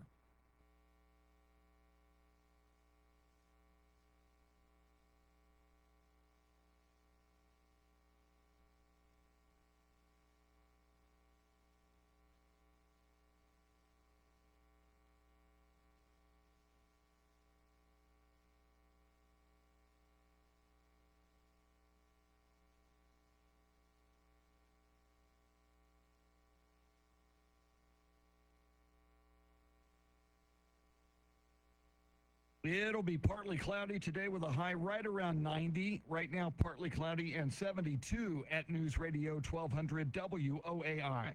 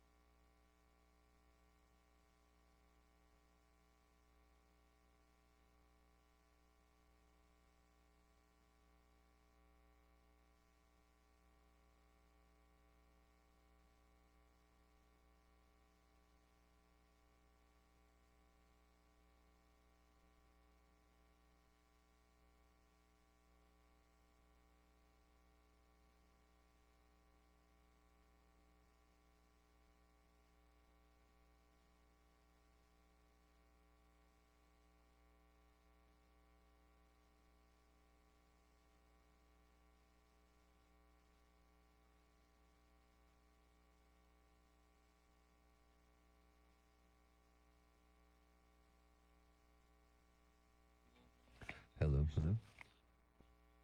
Barney, thought your Tom Jones was exceptional, man. I laughed. I cried. I'll listen to it again.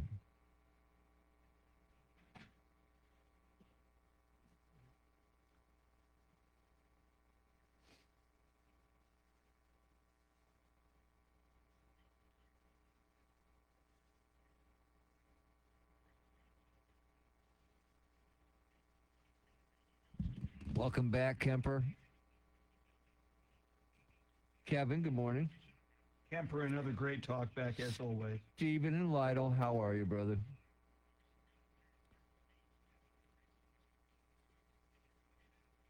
Rayson wants to send you some Hawaiian macadamia nut chocolates.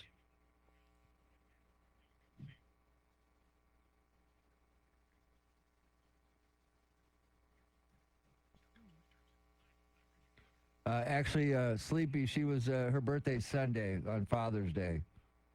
We're just celebrating it today because we will not see her Sunday.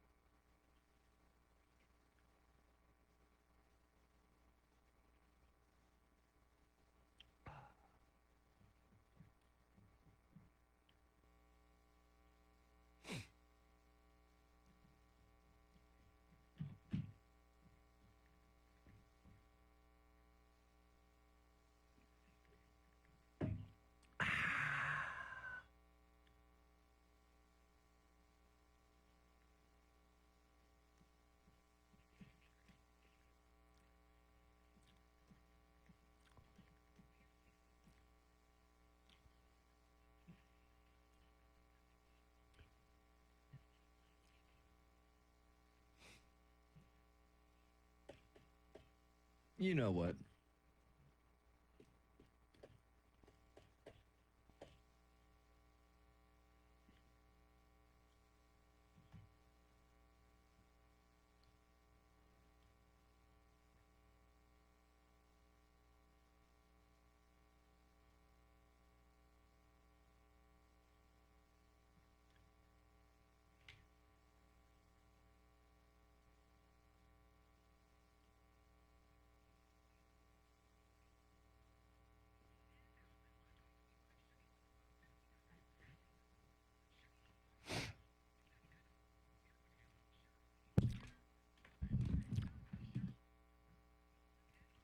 Bum, bum, ba-da.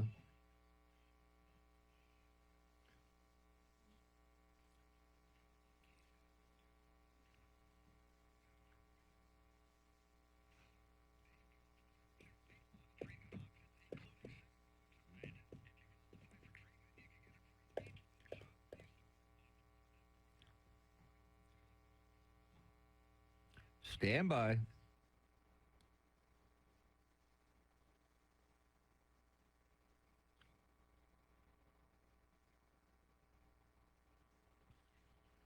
Donald Trump.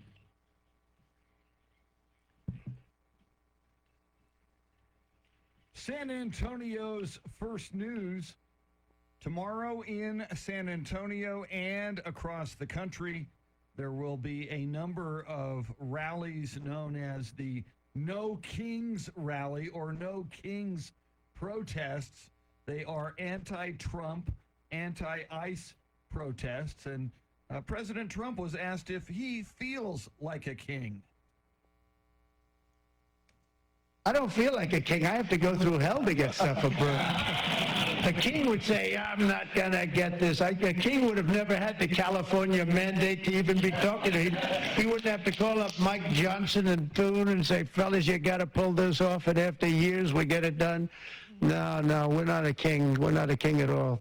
And, of course, one of the many things they're trying to do here, Charity, the president is having a parade to honor the U.S. Army, their 250th birthday, their anniversary on Flag Day, and yet we're going to have these anti-Trump, anti-ICE rallies across the country trying to attack that and more. Taking place at roughly 2,000 sites nationwide. That's including in Texas, in San Antonio, at Travis Park tomorrow between 5 p.m. and 8 p.m. And, you know, if earlier this week's protest is any indication, it will hopefully be peaceful. But again, we're expecting bigger numbers at tomorrow's anti-Trump protest. And that's why Governor Abbott has deployed the Texas National Guard DPS troopers in advance. And look, I know San Antonians that will come out to this will remain peaceful. I'm just worried about anybody that may be bust in for this, brought in by the organizers to create chaos, because that's what their ultimate goal is for the organizers, is to just create chaos. And I know law enforcement is prepared for any potential problem, but we don't want to see that here in San Antonio. We don't want to see it anywhere, but definitely not here in San Antonio. No, and it can take just one lone wolf, one individual with god-awful intentions wanting to do something terrible here. And, you know, Charity, that's my big concern. You think about, acts of violence, acts of terrorism over the years. And, whether it's, in New Orleans at the beginning of the year, so many things that have happened. And you can prepare and prepare and prepare. And it just takes one, and that's my big concern here. Yeah, as it is for a lot of people, I think, sitting on the sidelines watching to see what unfolds. But thankfully, as we saw earlier, SAPD, they are on rooftops, they're in parking garages, they're using drones. And then in addition to the Texas National Guard and DPS troopers, there is going to be a full force security presence in the Alamo City. I think we should go down there, Chris, and just ask people, do you know what you're protesting? I mean, seriously, I think a lot of people are just showing up to be there. I just want to make sure they know what they're protesting. Yeah, we saw mariachis. And, Wednesday night it was an unusual scene. It almost kind of looked like a fiesta. It was pachanga, yeah. At times. It was kind of weird. Coming up, more of your talkbacks as we qualify somebody to join us 2 weeks from today at our first ever San Antonio's First News Breakfast Club event. First, let's get you caught up on everything you need to know. Headlines, traffic, and weather together. Here's Maria Miller.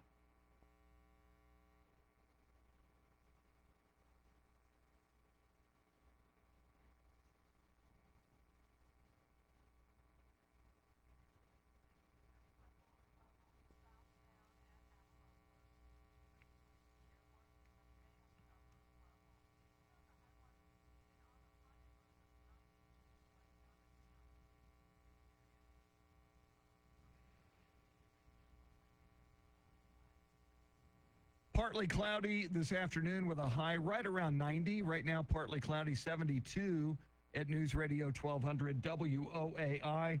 Charity, what stories are you tracking?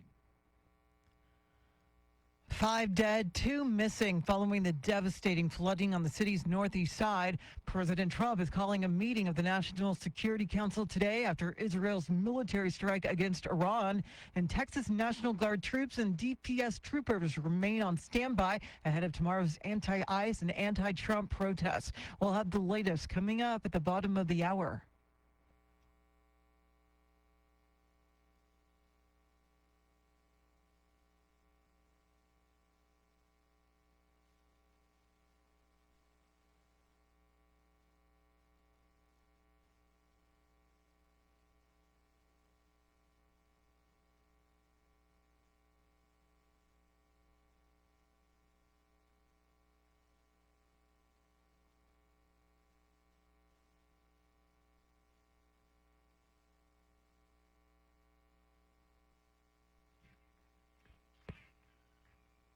San Antonio's first news coming up. Charity's got everything you need to know at the bottom of the hour. We'll talk about what we know about the horrible flooding and loss of life yesterday. Don't forget, in the next hour, Richard Oliver, the king of all media, with some inside scoop for anybody attending the Shakira concert tonight.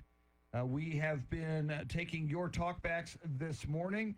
So many things going on in the world. You can sound off on Israel launching airstrikes at Iran's nuclear facilities, the tragic loss of life in the flooding yesterday in San Antonio, these anti-Trump, anti-ICE rallies going on tomorrow in Travis Park and across the country, and, of course, Charity McCurdy's birthday. Mr. T, what do we have?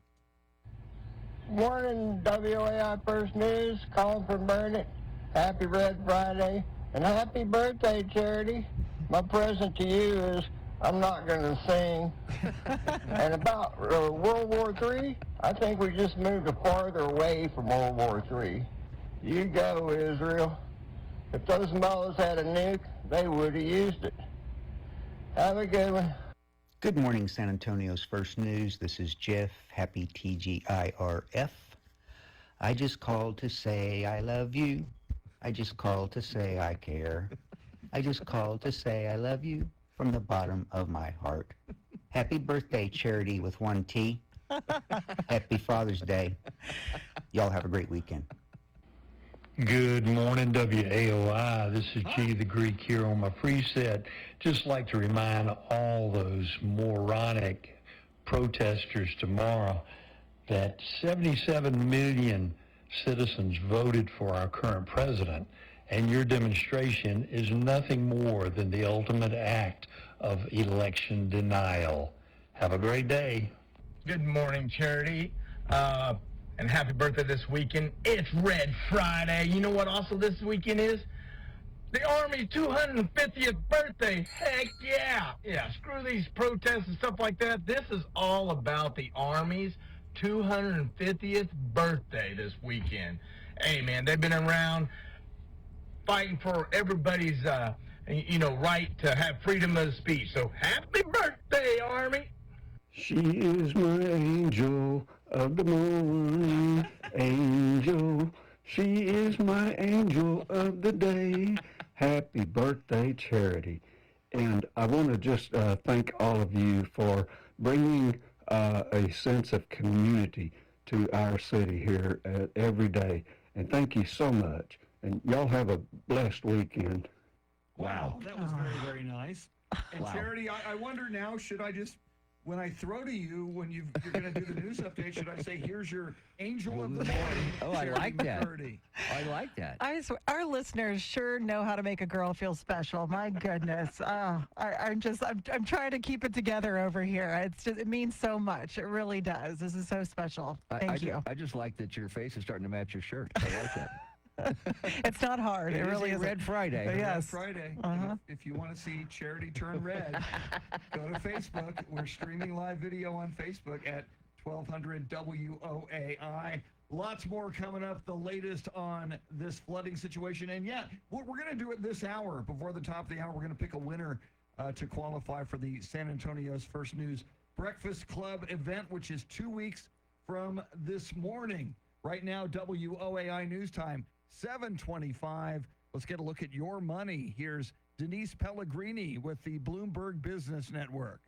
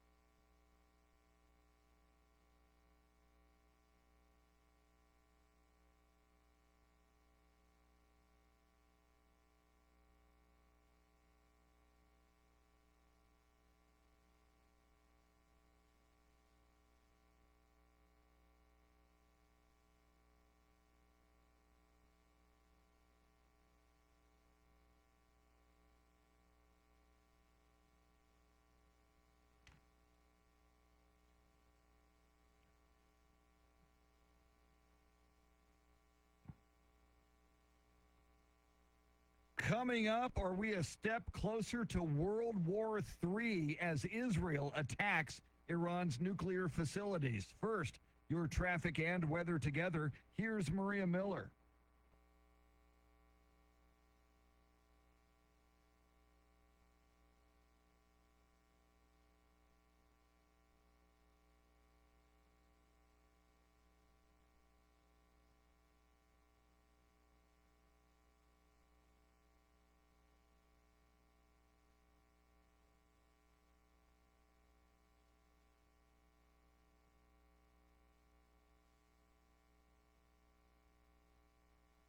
It'll be partly cloudy this afternoon with a high around 90. Right now, partly cloudy, 71 at News Radio 1200 WOAI, where Charity McCurdy has the news you need right now. Good morning at 7:32 on News Radio 1200 at WOAI. Our top story, at least 2 people are still missing after high water swept away more than a dozen vehicles early yesterday on the Loop 410 feeder road near Perrin Vital. The high water swept 15 vehicles off the road and into an adjacent creek. At least 5 people were killed, and firefighters rescued 10 others from trees about a mile downstream. And it's a situation many don't expect to find themselves in, and when they do, they're not prepared. Joe Arrington with the San Antonio Fire Department says high water rescue victims often say the same thing. That's what we hear. I didn't think it was going to be that bad. I thought I could make it through it, and avoiding it altogether would have saved lives, and your life, but potentially the life of a rescuer. He says most high water rescues occur because it's dark outside and drivers underestimate the depth of the water covering a roadway. CPS Energy says it was difficult to get the power back on quickly to every customer. CPS's Jose Trevino says the ongoing weather conditions hampered their efforts. And I will reiterate that during these emergency response efforts after storms, it is a very dangerous time for our crews. So we do always keep safety first. At one point, more than 30,000 customers were without power. WOAI News Time 7:33. Iran has responded to Israeli airstrikes on the country. Israel is bracing for this Iranian response and the roughly 100 Iranian drones that Israel says it has been able to detect in the air. Jordan is assisting in trying to strike down some of those drones, as well as the IDF trying to take out some of these drones before they even enter Israeli airspace. All of this follows Israel's strikes earlier this morning on Iran's nuclear facilities. Multiple explosions were heard near Iran's Natanz nuclear power facility early this morning, as Israel says it is hitting the heart of the country's nuclear program. At Fox's Alex Hogan, a spokesperson for Iran's armed forces, says both Israel and the U.S. will pay a heavy price, and that drew a warning from Texas Senator Ted Cruz. If you strike at America, if you attack our military bases, if you kill one single American serviceman or women, I have every confidence that President Trump will respond with overwhelming force. That's Cruz with Sean Hannity. Secretary of State Marco Rubio says we're not involved in strikes against Iran. President Trump is expected to attend a National Security Council meeting today. Right now, 7:35. San Antonio is bracing for the No Kings protest tomorrow, but thanks to efforts of Governor Abbott to deploy the Texas DPS and National Guard, residents aren't expecting mass rioting like in L.A. Having a governor like that that's willing to step up counter to that of Gavin Newsom in California really does draw a stark contrast, and it will keep even these large urban areas safe amidst the left's organizing. Political consultant Luke Macias says so far he hasn't heard anything but thanks from San Antonio residents for the governor's actions and thinks local Democrats are hurting themselves by opposing them. Tomorrow's protest takes place at Travis Park from 5 to 8 p.m. A political stunt in California by Democrat Senator Alex Padilla, who interrupted a news conference being held by DHS Secretary Kristi Noem.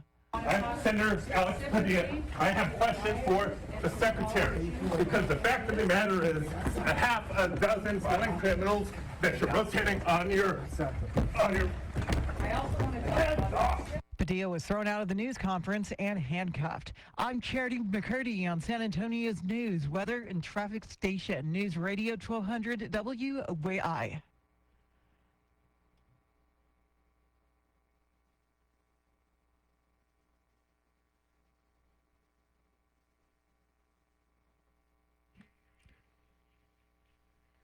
San Antonio's first news. I'm Chris Duell. That's Charity McCurdy bringing you the news. She is your angel of the morning. He is Mr. Temp, just repeating what the listeners say. He is Mr. TGIF, Tim Merriman, and the king of all media, Richard Oliver, coming into the studio in the 8 o'clock hour. He's got information if you're going to the Shakira concert tonight and more. Richard Oliver's involved in everything big in San Antonio. He'll probably be able to tell us whether or not Kevin Durant will come to the Spurs. He knows all that stuff. He does. So He's wired, man. Lots to talk about with him. Horribly tragic day yesterday. Just an awful morning. 5 dead is the current count. There are still 2 missing in the flooding yesterday.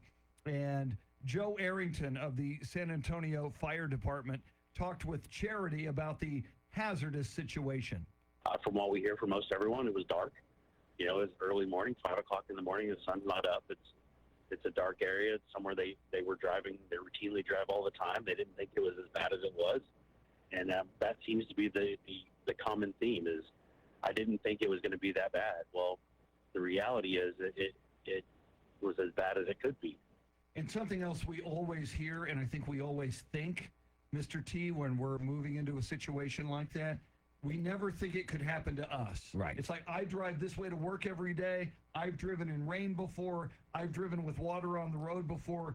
I never think it could happen to me, and God forbid, for some people it did yesterday. Yeah, and that's the sad part about it. These people were just on their way to work. They were doing their daily routine, driving to work, and we all saw the rain, but we didn't realize it was as bad as it was, and that flash part of the flash flood warnings is there for a reason, because it comes up quick. And so many people were caught off guard when you consider that more than a dozen vehicles, a total of 15, were swept away by these floodwaters near Perrin Bidle. And at some point, people were carried half a mile or more downstream. So you had a total of nearly 20 people in the water at one point in time, and 10 people were ultimately rescued. But again, 5 dead and 2 people still remain unaccounted for, and hopes are fading. Yeah, and we pray for everyone who was caught up in that. Certainly those who lost their lives and family members whose lives will be altered forever. God love them all.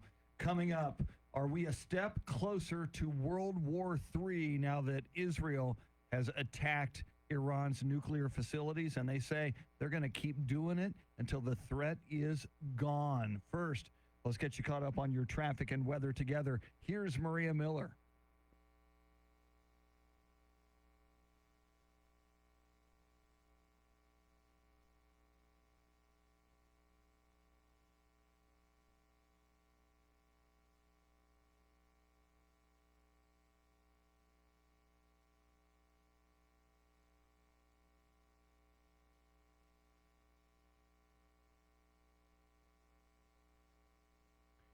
Partly cloudy throughout the day. Your high somewhere around 90 degrees. Right now, partly cloudy, 72 at News Radio 1200 WOAI.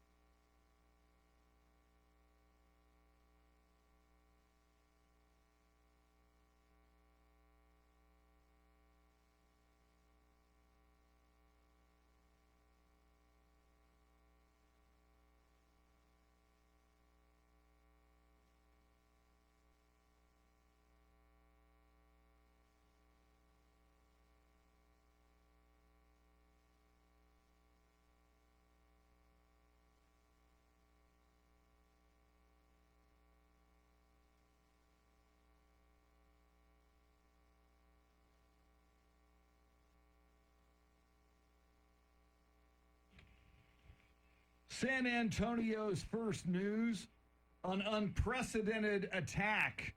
Israel attacking Iran's nuclear facilities and in the process taking out at least 2 top military commanders and at least 6 nuclear scientists. Let's listen to Israeli Prime Minister Benjamin Netanyahu. They backed up their genocidal rhetoric with a program to develop nuclear weapons. In recent years, Iran has produced enough highly enriched uranium for 9 atom bombs. 9. And Charity, I saw a lot of people when I woke up this morning and read about this. A lot of analysts go, oh my God, this moves us closer to World War III, because obviously Iran hates Israel, they hate us, and there are other people who are our adversaries like China and Russia. You wonder, will other terrorist organizations jump in on behalf of Iran? But my feeling is somebody had to do this. Iran was moving forward, and I don't think any of us believe they would have built nukes not to use them. That's right. And, I feel like if anything, it potentially pushed us further away from World War III when you consider the disruption caused to Iran's nuclear program. I mean, they took out 3 military commanders, 6 nuclear scientists. So this is something that we're going to keep our close eye on. Apparently, President Trump got the heads up, but the U.S. was not involved in this attack from Israel on Iran. And let's just say that, hope that the United States stays out of this for the time being. But I'm worried about bases in the area, United States Air Force bases and Army bases in the area. We got to make sure that those American troops and those American families are safe. So I think that's one of the top things we need to worry about, because we know that Iran calls Israel small Satan and the United States a great Satan. So we need to worry about these people. So true. And to his credit, and we played the audio a little bit earlier this morning, Israeli Prime Minister Benjamin Netanyahu in his statement said, we do not have an issue with the people of Iran. It's your leadership. It's the mullahs. It's the government. It's the people who are building these nukes and would like to create an Islamic state around the world. And Netanyahu said, Charity, he is hoping for a day soon when the Iranian people will rise up and liberate themselves and oust this oppressive regime that currently controls the country. Well, let's hope that's the case. We know that there was a planned 6th round of talks scheduled between Iran and the U.S. As part of that nuclear deal negotiations, but that has since been called off. We're going to see if they go back to the negotiating table. I imagine that's not going to happen anytime soon. Yeah, with Iran not agreeing to that nuclear deal to begin with, I thought, like you said, somebody had to do this, and I'm glad that Israel stepped up and took care of it for the time being. Yeah, let's hope it all works out. We'll continue to certainly keep an eye on it. Richard Oliver, the king of all media, on his way in. Lots to talk about with him. Mike Opelka from the Pure Opelka podcast in the next half hour as well. And we need to pick a winner from our talkbacks for the San Antonio's First News Breakfast Club. First, let's get you caught up on everything you need to know. Headlines, traffic, and weather together, starting with Maria Miller.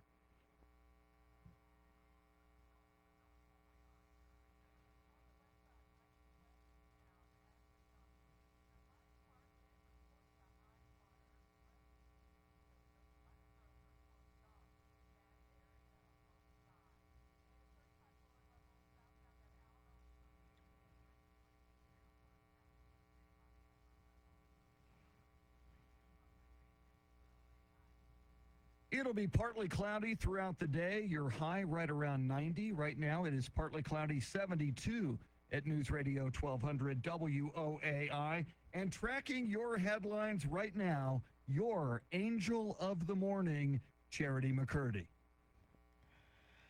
Well, 5 are now dead after their cars became submerged in floodwaters on the city's northeast side, with 2 still missing. San Antonio and other big cities in Texas are bracing for another round of anti-Trump protests, and Israel launches a deadly attack on Iran and a preemptive strike to prevent a nuclear holocaust. Well, the latest at the top of the hour.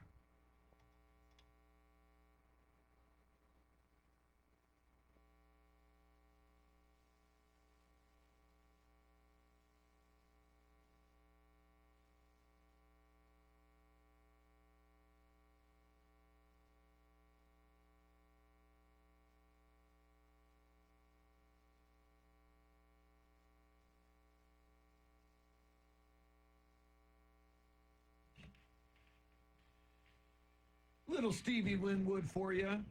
Roll with it, baby. We're going to roll into the 8 o'clock hour. The king of all media, Richard Oliver, will join us. He's got the inside scoop on tonight's Shakira concert at the Alamo Dome. Also, he knows everything going on in the city. So he can maybe, preview what we can expect for future concerts. Sure. Is Kevin Durant coming to the Spurs? All of that. He knows more. all that Yeah, stuff. everything. Project Marvel, when will it be done? Yeah. He'll get us up to date on that. All right. We need to pick a winner. 2 weeks from today, the first ever San Antonio's First News Breakfast Club. You're going to come hang out in the studio with us, watch the end of the show. Then we're going to nosh together, have breakfast with a lot of our favorite listeners. We can't wait. It's 2 weeks away.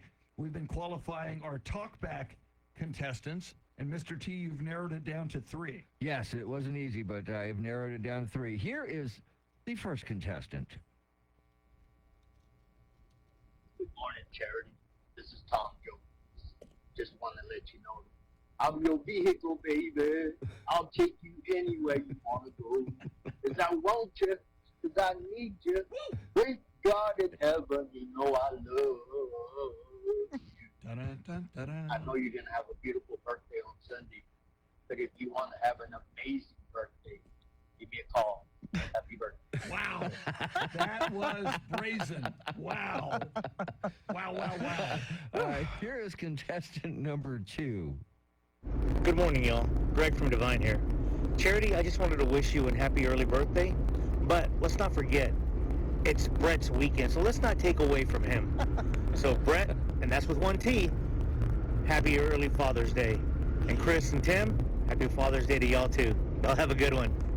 Wow, Greg, very, very good, very strong, very funny. And now contestant number 3. She is my angel of the morning, angel. She is my angel of the day. Happy birthday, Charity. And I want to just thank all of you for bringing a sense of community to our city here every day. And thank you so much. And y'all have a blessed weekend. Wow, that was so nice. Thank you, Michael. There's no way, guys. I can't decide. I can't choose. Those were all great. So for my birthday, it's between you guys. And if Jacob needs to be the tiebreaker, Jacob, have at it. I just can't do it today. All right. They're all awesome. Since it's your birthday, we will honor your wishes. Thank you. And Mr. T, you and I will decide amongst ourselves, Barney, Greg, or Michael. Yeah, Barney was the Tom Jones. Greg, of course, was himself. And then Michael was we'll just call him the angel singer. Angel of the morning. I like Michael. I'm going to go with Michael right off the bat. I thought that was great. I did love Barney and Greg. In no way does this diminish their No, not at all. fantastic. But Michael not only singing Angel of the Morning, and therefore giving Charity yet another title. I know. On this radio program. But he had such nice things to say He about did.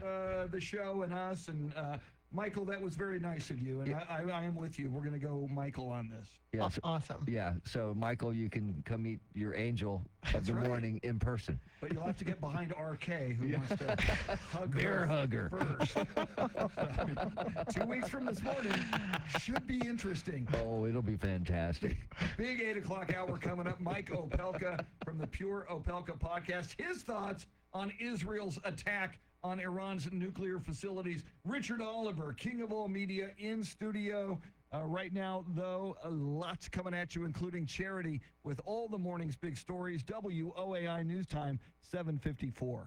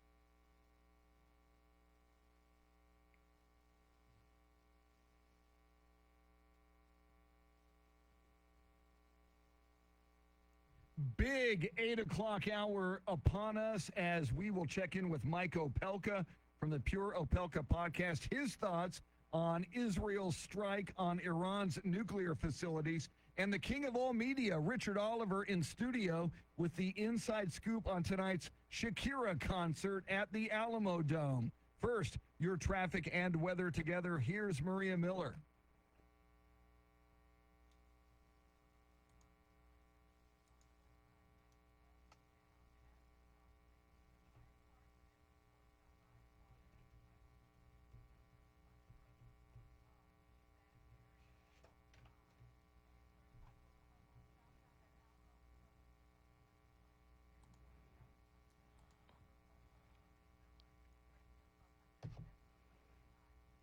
It'll be partly cloudy today with a high right around 90. It is partly cloudy now. 72 at News Radio 1200 WOAI, where Charity McCurdy has the news you need right now. Get a move on. It is 8:01 on News Radio 1200 WOAI. Our top story, Israel launched a preemptive strike on Iran, killing at least 3 top military officers. Israeli Prime Minister Benjamin Netanyahu says the strikes are meant to prevent a nuclear holocaust. They backed up their genocidal rhetoric with a program to develop nuclear weapons. In recent years, Iran has produced enough highly enriched uranium for 9 atom bombs. Iran retaliated, launching more than 100 drones at Israel. The U.S. was not involved, but President Trump got advanced warning. There's a chance of massive conflict. We have a lot of American people in this area, and I said, we got to tell them to get out because something could happen soon. And I don't want to be the one that didn't give any warning. President Trump will be meeting with his National Security Council today. WOAI News Time, 8:02. An appeals court ruled President Trump won't have to give up control of the National Guard in California for now after protests broke out against ICE raids in Los Angeles. That decision from the federal appeals court pauses an earlier order from a district court judge that required President Trump to return control of the California National Guard back to Governor Gavin Newsom. In that lower court ruling, federal judge Charles Breyer called President Trump's actions illegal, saying they exceeded the scope of his authority. But a panel of appeals judges, 2 appointed by President Trump and 1 appointed by former President Biden, blocks that order until at least Tuesday. That's when they'll hold a hearing on the issue. So this means the National Guard will remain under federal control through the weekend. Newsom, though, praised Breyer's ruling and is confident it will stand. That's Fox's Madeline Rivera. In what's being called a political stunt, Democrat California Senator Alex Padilla disrupted a press conference led by Homeland Security Secretary Kristi Noem in L.A., leading to him being temporarily restrained. I think his statement is absolutely ridiculous. This man burst into a room, started advancing towards the podium, interrupting an opening statement, elevating his voice, shouting questions. Padilla is the ranking Democrat on the Senate Judiciary Committee's immigration panel. Meantime, Governor Abbott has activated 5,000 National Guard soldiers to be deployed to cities around the state where protests are expected to take place this weekend. Leaders in San Antonio and Austin have said the Guard won't be needed, but Abbott says he's not taking any chances. It does not do any good to have the National Guard not deployed and have a city catch on fire, have crime and chaos break out, and take a day or 2 to get them there. Abbott says in addition to the 5,000 Texas National Guard troops, another 2,000 DPS troopers and Texas Rangers will also be deployed. The No Kings protest takes place tomorrow evening at Travis Park downtown. Right now, 8:04. San Antonio police now say 5 people died in yesterday morning's flooding on the city's northeast side. 15 vehicles were swept from the 410 access road at Perrin Vital into the creek below. 12 people were rescued from trees and bushes nearly a mile away from where they entered the water, and at least 2 people remain unaccounted for.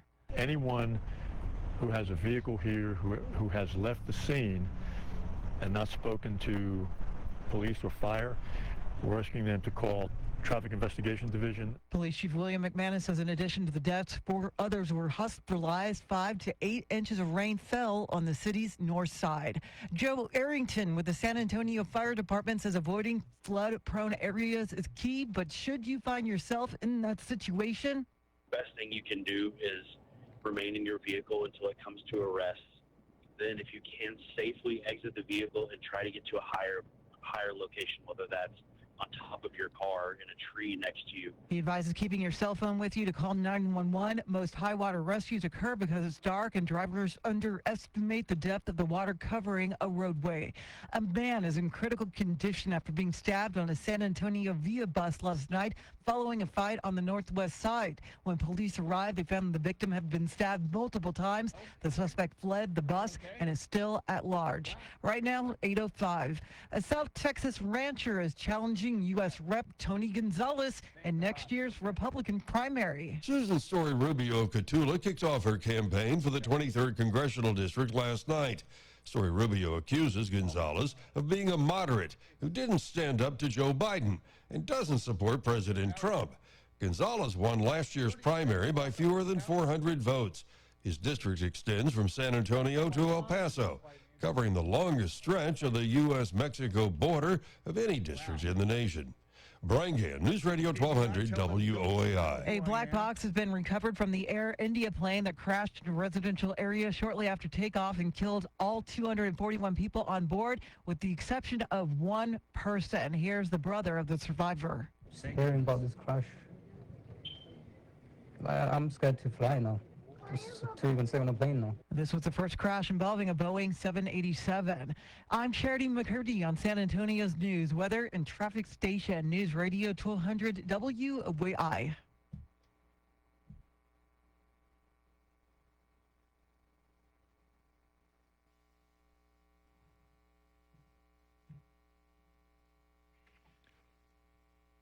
San Antonio's first news. I'm Chris Duell. That's Charity McCurdy. He is Mr. TGIF, Tim Merriman, and we have just had royalty step into the studio. If you're watching on Facebook Live, you can see him live on camera. Multiple incarnations in San Antonio. At one time, a San Antonio Express News reporter. He's also a big part of Spurs Television for many, many years, and now he is a bigwig with San Antonio's convention facilities, entertainment. Richard Oliver, what is your, in addition to King of All Media, what is your official title with the city of San Antonio? You know, I'm listening to this and I'm thinking, I thought Dan Patrick squashed this whole weed thing. You know, Not yet, what's September. going on with you guys in here? No, I'm the communications manager for Convention and Sports Facilities, which means the Alamo Dome and the Convention Center and the beautiful Carver Community Cultural Center. My goodness. Yeah. And, you know, I've had a long, tough week, so it's always great. I'm so happy to be here and see a really friendly face for a change. Of course, I'm talking about Charity. Of course. The angel in the morning, right there. I heard that. I was thinking I would sing, but it would really mess up traffic. It'd be not good. I'll take a hug instead, Richard, if that's okay. Got that anytime. All right. Well, and Richard, a little bit later, we're going to talk about tonight's a big night at the Alamo Dome, and you've got inside information. You've got the best information on how anybody can going to the Shakira concert tonight can have a better experience. So we'll certainly talk about that this morning with you. No, that sounds great. We do have some great tidbits. 44,000 people so far. Wow. Expected tonight for the concert. Very, very cool. We'll talk about that. And Richard knows a little bit of everything going on in this town. We'll ask him, is Kevin Durant going to become a San Antonio Spur? He, R.C. Buford, and just a few other people, the only people who know for sure in San Antonio. We will get it out of Richard Oliver before this hour is out. First, let's get you caught up on everything you need to know. Your traffic and weather together. Here's Maria Miller.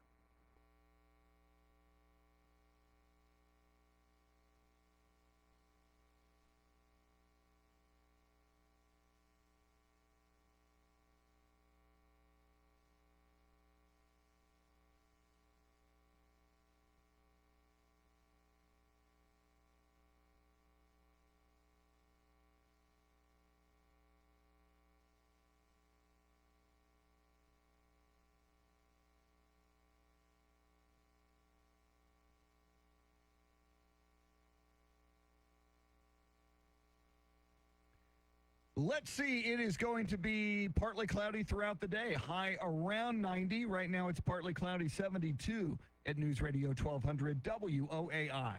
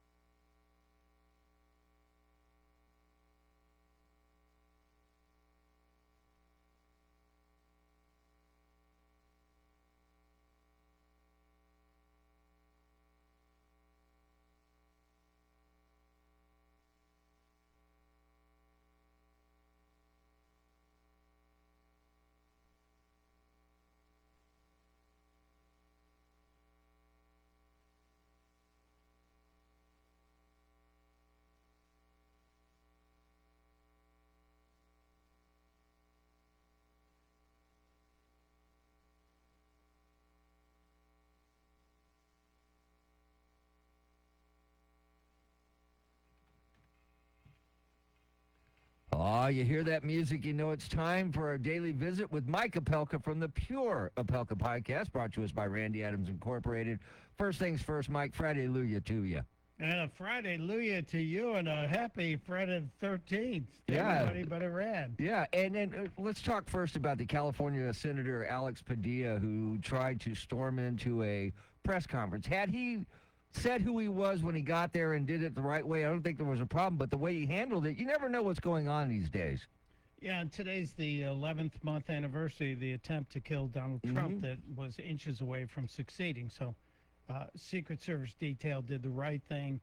Padilla did the wrong thing. I think they both handled it. He and Noam handled it well afterwards. He tried to calmly explain, even though he was still selling his package.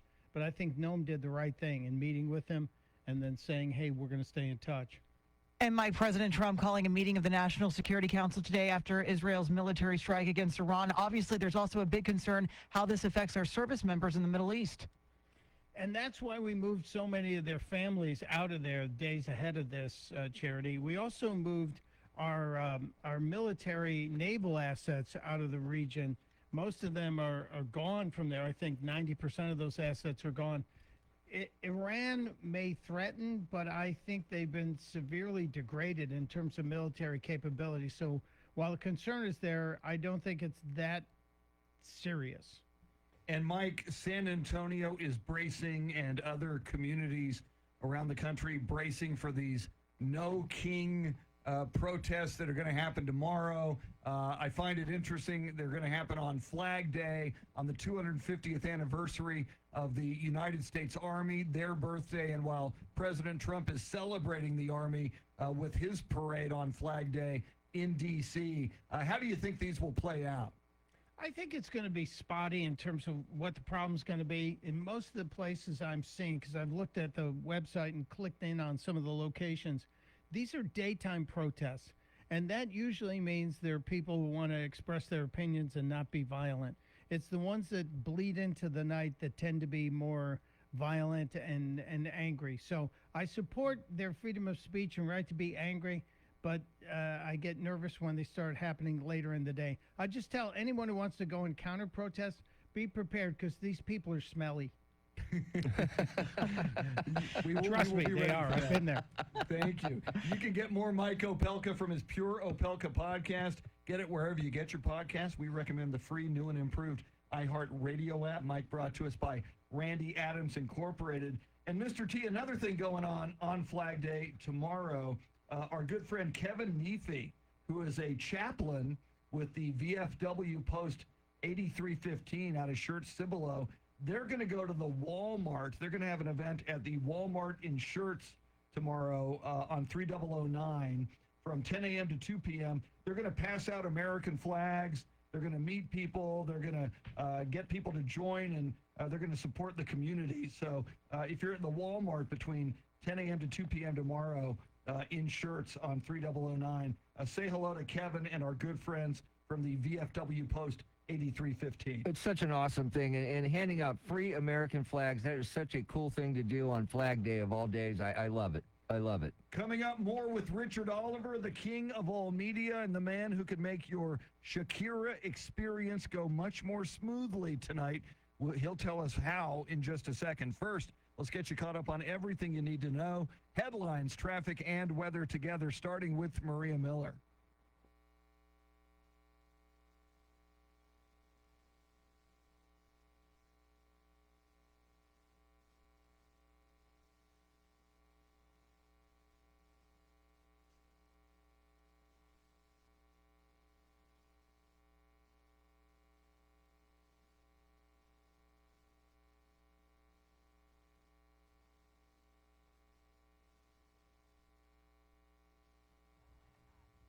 It'll be partly cloudy throughout most of this day. The high right around 90 right now.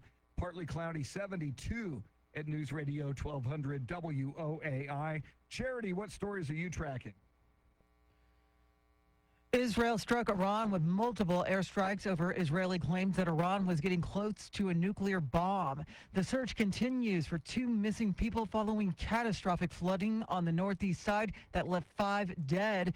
Expect a large security presence for tomorrow's No Kings protest at San Antonio's Travis Park. We'll have the latest at the bottom of the hour.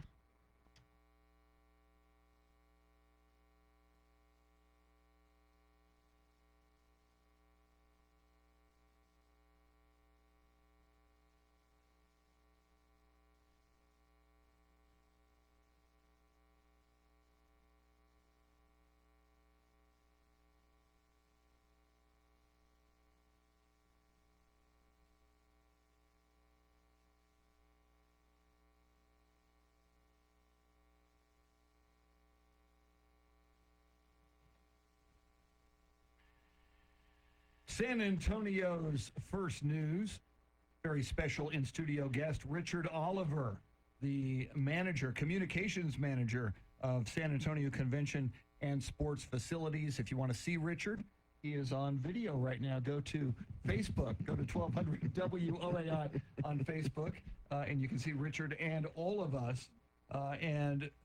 Richard, about as big as it gets. I mean, Shakira is so huge in our country, in our culture, and as you mentioned, tonight at the Alamo Dome, as of now, more than 44,000 people expected to be there.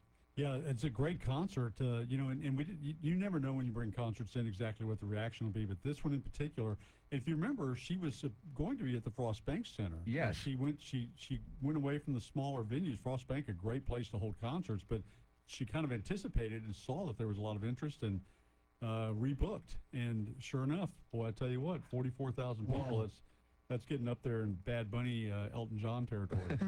Big time. And of course, Richard, as you know, people like to make a big deal about the parking fee. Right. How can people avoid that, though? There are options. Well, I'll tell you what, there's a lot of work gone into making it easy for people to get downtown and find some parking. You could do ParkWiz, obviously get your parking reservation early at several of the lots that are within walking distance of the Alamo Dome. ParkWiz on the alamodome.com website.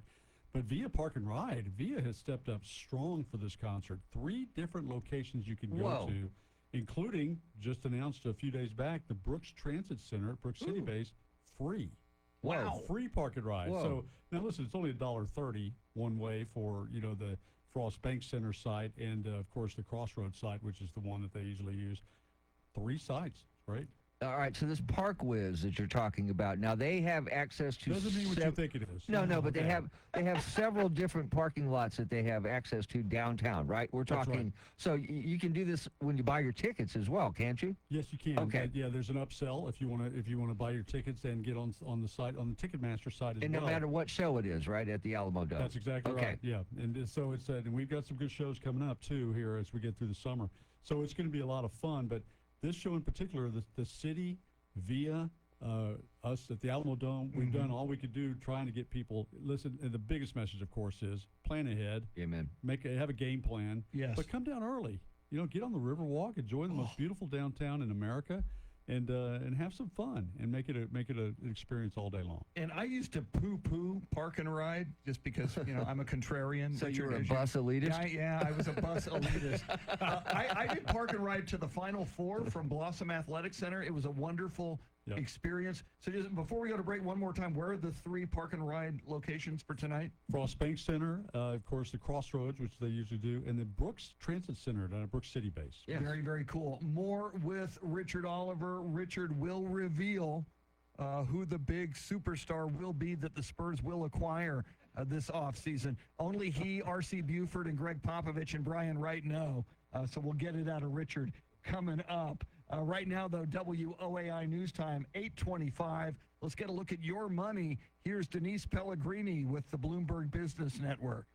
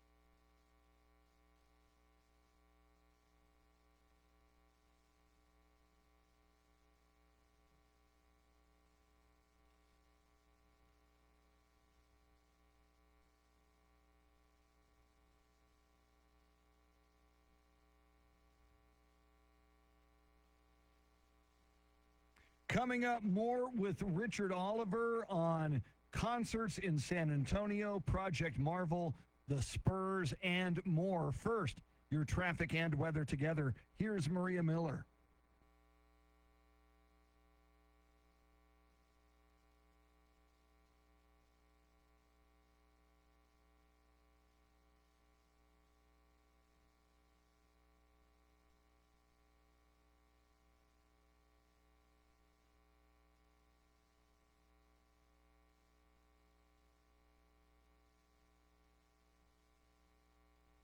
Partly cloudy throughout the day with a high right around 90. Right now it is cloudy and 72 at News Radio 1200 WOAI, where Charity McCurdy has your news right now. Good morning. It's 8:32 on News Radio 1200 WOAI. Our top story, Iran has responded to Israeli airstrikes on the country. Israel says that it has identified as many as 100 drones launched by Iran heading toward Israeli airspace, and Israel says that it has started to at least attempt to shoot down some of those drones over Syrian airspace as Jordan is attempting to take down some of the drones that are above its airspace. That's Fox's Alex Hogan. Secretary of State Marco Rubio says we're not involved in strikes against Iran, but Trump was given advance warning. The president is expected to attend a National Security Council meeting today. All of this comes after the U.S. and China made major progress on solving their trade issues this week in London. President Trump says it's a win for both sides. The deal we made with China is good for both countries. Going to be a lot of money made, and it's going to ultimately open up China, which is the ultimate thing. And I'm going to be working with President Xi. We had a long talk about it. But because of what's happening in the Middle East, right now, the Dow is down nearly 500 points. WOAI News Time, 8:33. At least 2 people are still missing after high water swept away more than a dozen vehicles early yesterday on the Loop 410 feeder road near Perrin Vital. The high water swept 15 vehicles off the road and into an adjacent creek. At least 5 people were killed, and firefighters rescued 10 others from trees about a mile downstream. And a part of I-35 remains closed due to flooding. I-35 at San Pedro is a notorious flood-prone area. Even a San Antonio police patrol car was caught up in high water before barricades could be put up. When I saw the police car submerged, I really wasn't surprised. I'm just glad nobody here in this area got hurt. This neighbor tells News 4 it's a problem that's been happening for decades. TxDOT says they are monitoring the situation. And it's a situation many don't expect to find themselves in. And when they do, they're not prepared. Joe Arrington with the San Antonio Fire Department says high water rescue victims often say the same thing. He says most high water rescues occur because it's dark and drivers underestimate the depth of the water covering a roadway. That's all we hear. I didn't think it was going to be that bad. I thought I could make it through it, and avoiding it altogether would have saved lives, and your life, but potentially the life of a rescuer. Right now, 8:34. San Antonio is bracing for the No Kings protest tomorrow, but thanks to the efforts of Governor Abbott to deploy the Texas DPS and National Guard, residents aren't expecting mass rioting like in L.A. Having a governor like that that's willing to step up counter to that of Gavin Newsom in California really does draw a stark contrast, and it will keep even these large urban areas safe amidst the left's organizing. That's political consultant Luke Macias. Tomorrow's protest takes place at Travis Park from 5 to 8 p.m. Brevard County, Florida Sheriff Wayne Ivey issued a warning to protesters who turn to violence. If you throw a brick, a firebomb, or point a gun at one of our deputies, we will be notifying your family where to collect your remains at, because we will kill you graveyard dead. And a federal appeals court says the Trump administration can keep the California National Guard deployed for now. This after a federal judge issued a ruling that halted the administration's deployment of state troops to quell the anti-ICE protests in L.A. A new order last night from the 9th U.S. Circuit Court of Appeals lifted the ruling for now. A hearing on the matter is scheduled for Tuesday. Right now, 8:35. Texas has filed a lawsuit tied to the 23andMe bankruptcy case. Attorney General Ken Paxton has filed a lawsuit in the ongoing 23andMe bankruptcy case to obtain a judgment confirming Texans' rights to their genetic data and requiring the company to comply with Texas data privacy laws. 23andMe recently filed for bankruptcy and as part of the proceedings sought to sell private genetic and health information. Paxton argues that information should not be shared or sold. Brian Gann, News Radio 1200 WOAI. I'm Charity McCurdy on San Antonio's news, weather, and traffic station, News Radio 1200 WOAI.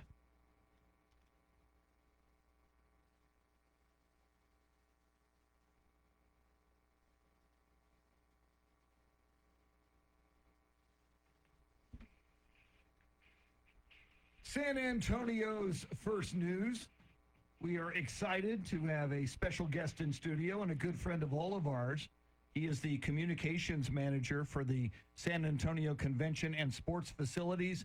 Richard Oliver, tonight a big night in San Antonio. Shakira will perform at the Alamo Dome. Richard's been telling us some ways to get there and make life a lot easier, like the 3 Via Park and Ride locations. And Richard, I imagine there's a lot of people like me. I'm a middle-aged guy. I'm not a big Shakira fan, so I won't be there tonight. But I know how big Shakira. We told her. I know. I don't want to hurt her feelings. But I know how huge she is. I know she's a superstar. And you were talking to us off the air a moment ago. There's a lot of revenue that a huge show like Shakira will bring into San Antonio. And a lot of people don't think about where that revenue might be coming from. You've got some insights into that. Well, you think about that, even tactically, you think of a Bad Bunny or some of the folks that we bring in for concerts, and you bring in 45, 50,000 people for some of these monster shows. Tonight we'll have 40, maybe up to 47. We don't know the way tickets are selling. Those folks come in, I tell you, Chris, they spend money. Yeah. Tim, they come in, they come in with their wallets or their purses, and they spend money in San Antonio. And that includes people from the Valley, from Mexico, from Laredo, from go Austin, everything. Because you have to go to Houston or Dallas, obviously, for any other big stadium shows like we could offer here in San Antonio. And you can't discount that. I mean, just the seismic impact of each one of those folks who come in to watch this show and tip their concierge, stay at a hotel, eat at our restaurants, go down to the Riverwalk, go to whatever attraction you want to mention, those kind of things. We're a walkable, great downtown. People come down, they come and they enjoy downtown and then walk, the keyword walk over to the Alamo Dome and see a great show. And speaking of big name acts, Richard, are there any concert announcement secrets you want to disclose? Well, because it's your birthday, I'll tell you. Taylor Swift? No, I will say this. Our team over at the Alamo Dome is amazing, and they are always on the phone, and they're working on it. We've got a couple of big announcements coming up, one in particular in the next few days that I think all of us are going to be very excited to. Doobie Brothers. Very excited to announce when we announce this big thing that's not the Doobie Brothers. And if you are heading to the show tonight, remember also Grand Funk Railroad's at the Tobin Center, and Kevin James, I believe, is at the Majestic. So it's going to be crowded down there. So you want to get downtown early. And that's why we do. We put out news releases. We let people know early on. Heck, I'm sitting right here with I know you guys have the biggest radio audience in town. Checks in the mail. We want to let everybody know that this is going to be a busy night downtown. This is a vibrant, energetic community with a lot of great stuff happening, and we just happen to have one of them tonight. So, but get down early, get downtown early, and make it easy on yourself. Or park and ride. Park and ride. I am now a believer. After the Final Four, I did park and ride, and it was an outstanding experience. We got to talk a little Spurs with Richard Oliver because he has been a long time Spurs analyst, broadcaster, and he knows what the Spurs are going to do next. He's an insider. He's our Spurs insider. There you go. That is coming up first. Traffic and weather together. Here's Maria Miller.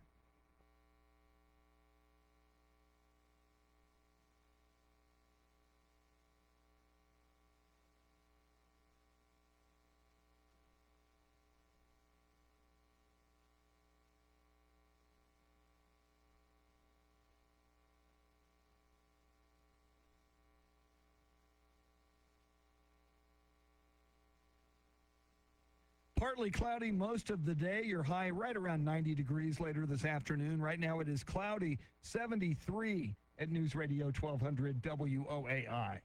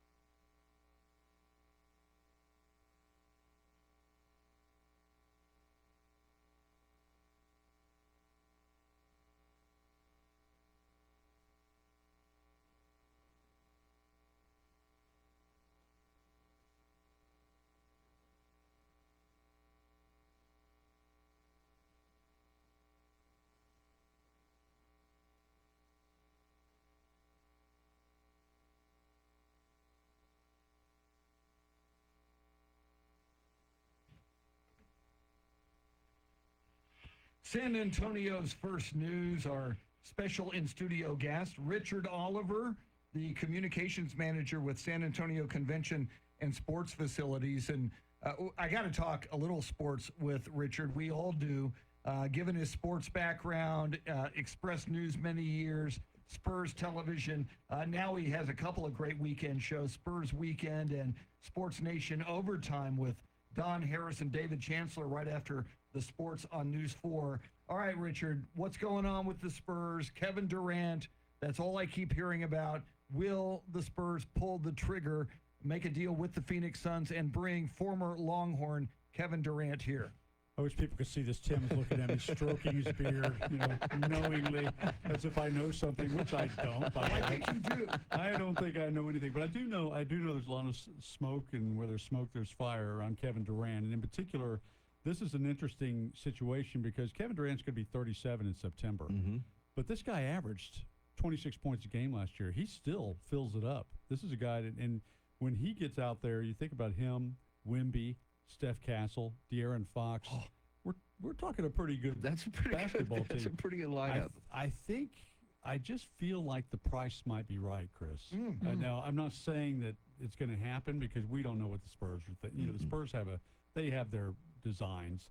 But if you get Kevin Durant you give him the number 14 pick out of the first round, you offloaded Devin Vassell contract, Harrison Barnes, however the money, works out. And you get Kevin Durant for that, and then he gives you a year or two, hopefully playoff seasons, and even if it's just a year or two, then you come out of that, you still got your capital, you got draft capital, you'll have money. Vassell's contract won't be there. All those kind of different things work out for the future as well. The Spurs are.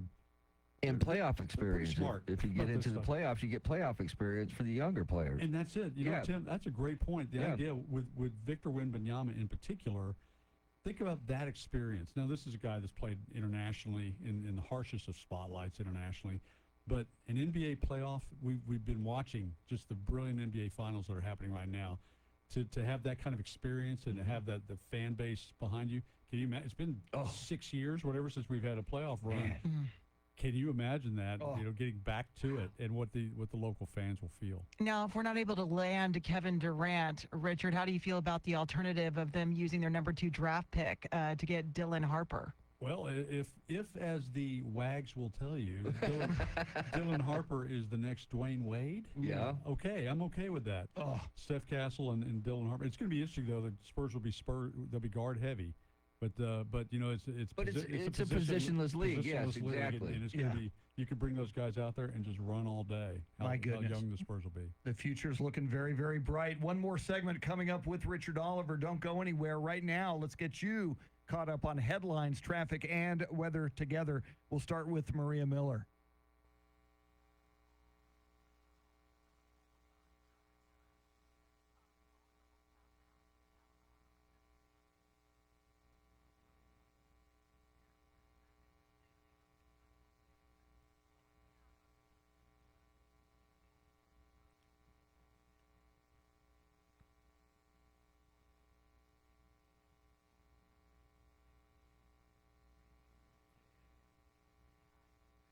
It'll be partly cloudy this afternoon. Your high right around 90. Right now, cloudy 73 at News Radio 1200 WOAI. Charity, what's going on in the world? Israel strikes the heart of Iran's nuclear program while fending off retaliatory drone attacks. Security preparations are underway for tomorrow's mass anti-Trump protests across the country, including in San Antonio. And the death toll from yesterday floods is up to 5, with 2 people still unaccounted for. We'll have the very latest coming up at the top of the hour.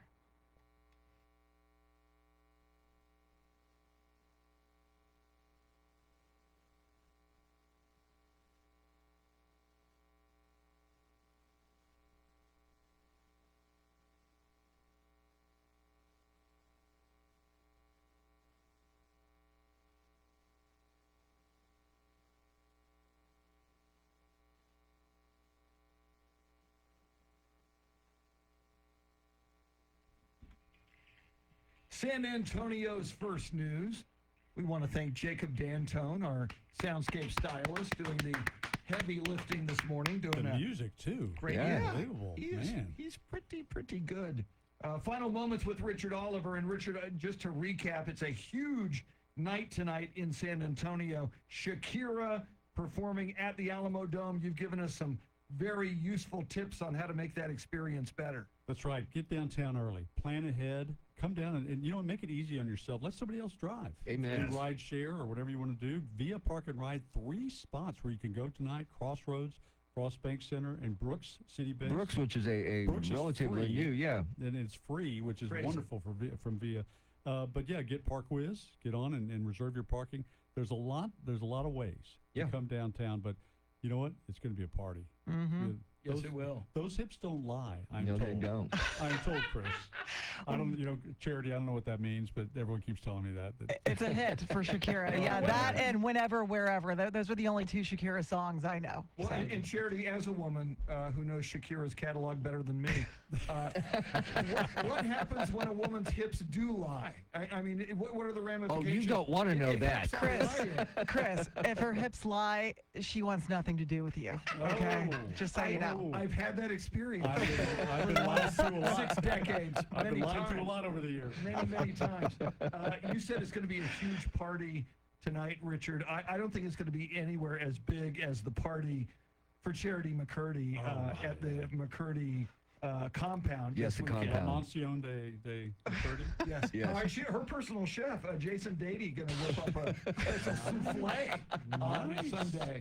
She's looking forward to that. I wish. My birthday coincides with Father's Day, so it's all about Brett with 1 T. Let's be honest here. He takes front seat. Yeah, So. it's funny that you say that, but we know it's not true. It better not be true. or yeah, he might get the other T. A technical. Oh, yes. That's happened in the past. And now, so Charity, you're taking next Monday and Tuesday off. I think you're planning on the party being so outrageous. Exactly. You won't even be able to answer the bell until next Wednesday. Pretty much, yeah. My plans involve sleep, and more sleep. So happy birthday to me. That's a birthday right there. That's a birthday. Now, Richard, you said earlier that you would not sing for us, but if the 3 of us, yes, if we kind of, and I can't sing it all, I can none of us I can. can empty a karaoke bar in about 40 seconds. I can do it in 1 note. Yes. But maybe if the 3 of us sing Happy Birthday to Charity, It won't be as bad? Yeah. Okay. I You mean, ready? it won't be Ella Fitzgerald in the Memorex commercial, No. but that's an old reference. It'll be close. Okay. So You are ready? we ready? Yes. Happy birthday to you. Happy birthday to you. Happy birthday, dear Charity. Happy birthday to you. Thank you. You guys sounded amazing. There was harmonizing going on. My goodness. All that was missing was Chris's bell, Oh, wait. One more time. No, just Let's kidding. redo it. I wonder what that bell was. I kept thinking I was back at Mass again. Yeah, right. I was raised Catholic. I had a St. Luke's flashback on that. Richard, we learned this morning, one of our listeners said Charity's new title is Angel of the Morning. Yes. WOAI's Angel of the Morning. What was it, Juice Newton? Very good. Look at that. All right. That's why he's the king of all media. Way back in 1980, you did it. And one more, you did say next week, major concert Big, announcement. and listen, when I say major, I mean major. Then you have our number. I You have your our number. It's going Okay. to be a lot of fun. All right. We have a fun fall ahead at the Alamo Dome. Wow. Beautiful. We look forward to that to next week. Richard Oliver, thanks for everything. Have a great night tonight at the Shakira concert. Well, I will. Rest your hips up. Beautiful. Coming up, we've got Glenn Beck, but before that, the birthday girl, Charity McCurdy, with all the big news you need to know about on this Friday morning. WOAI News Time, 8:55.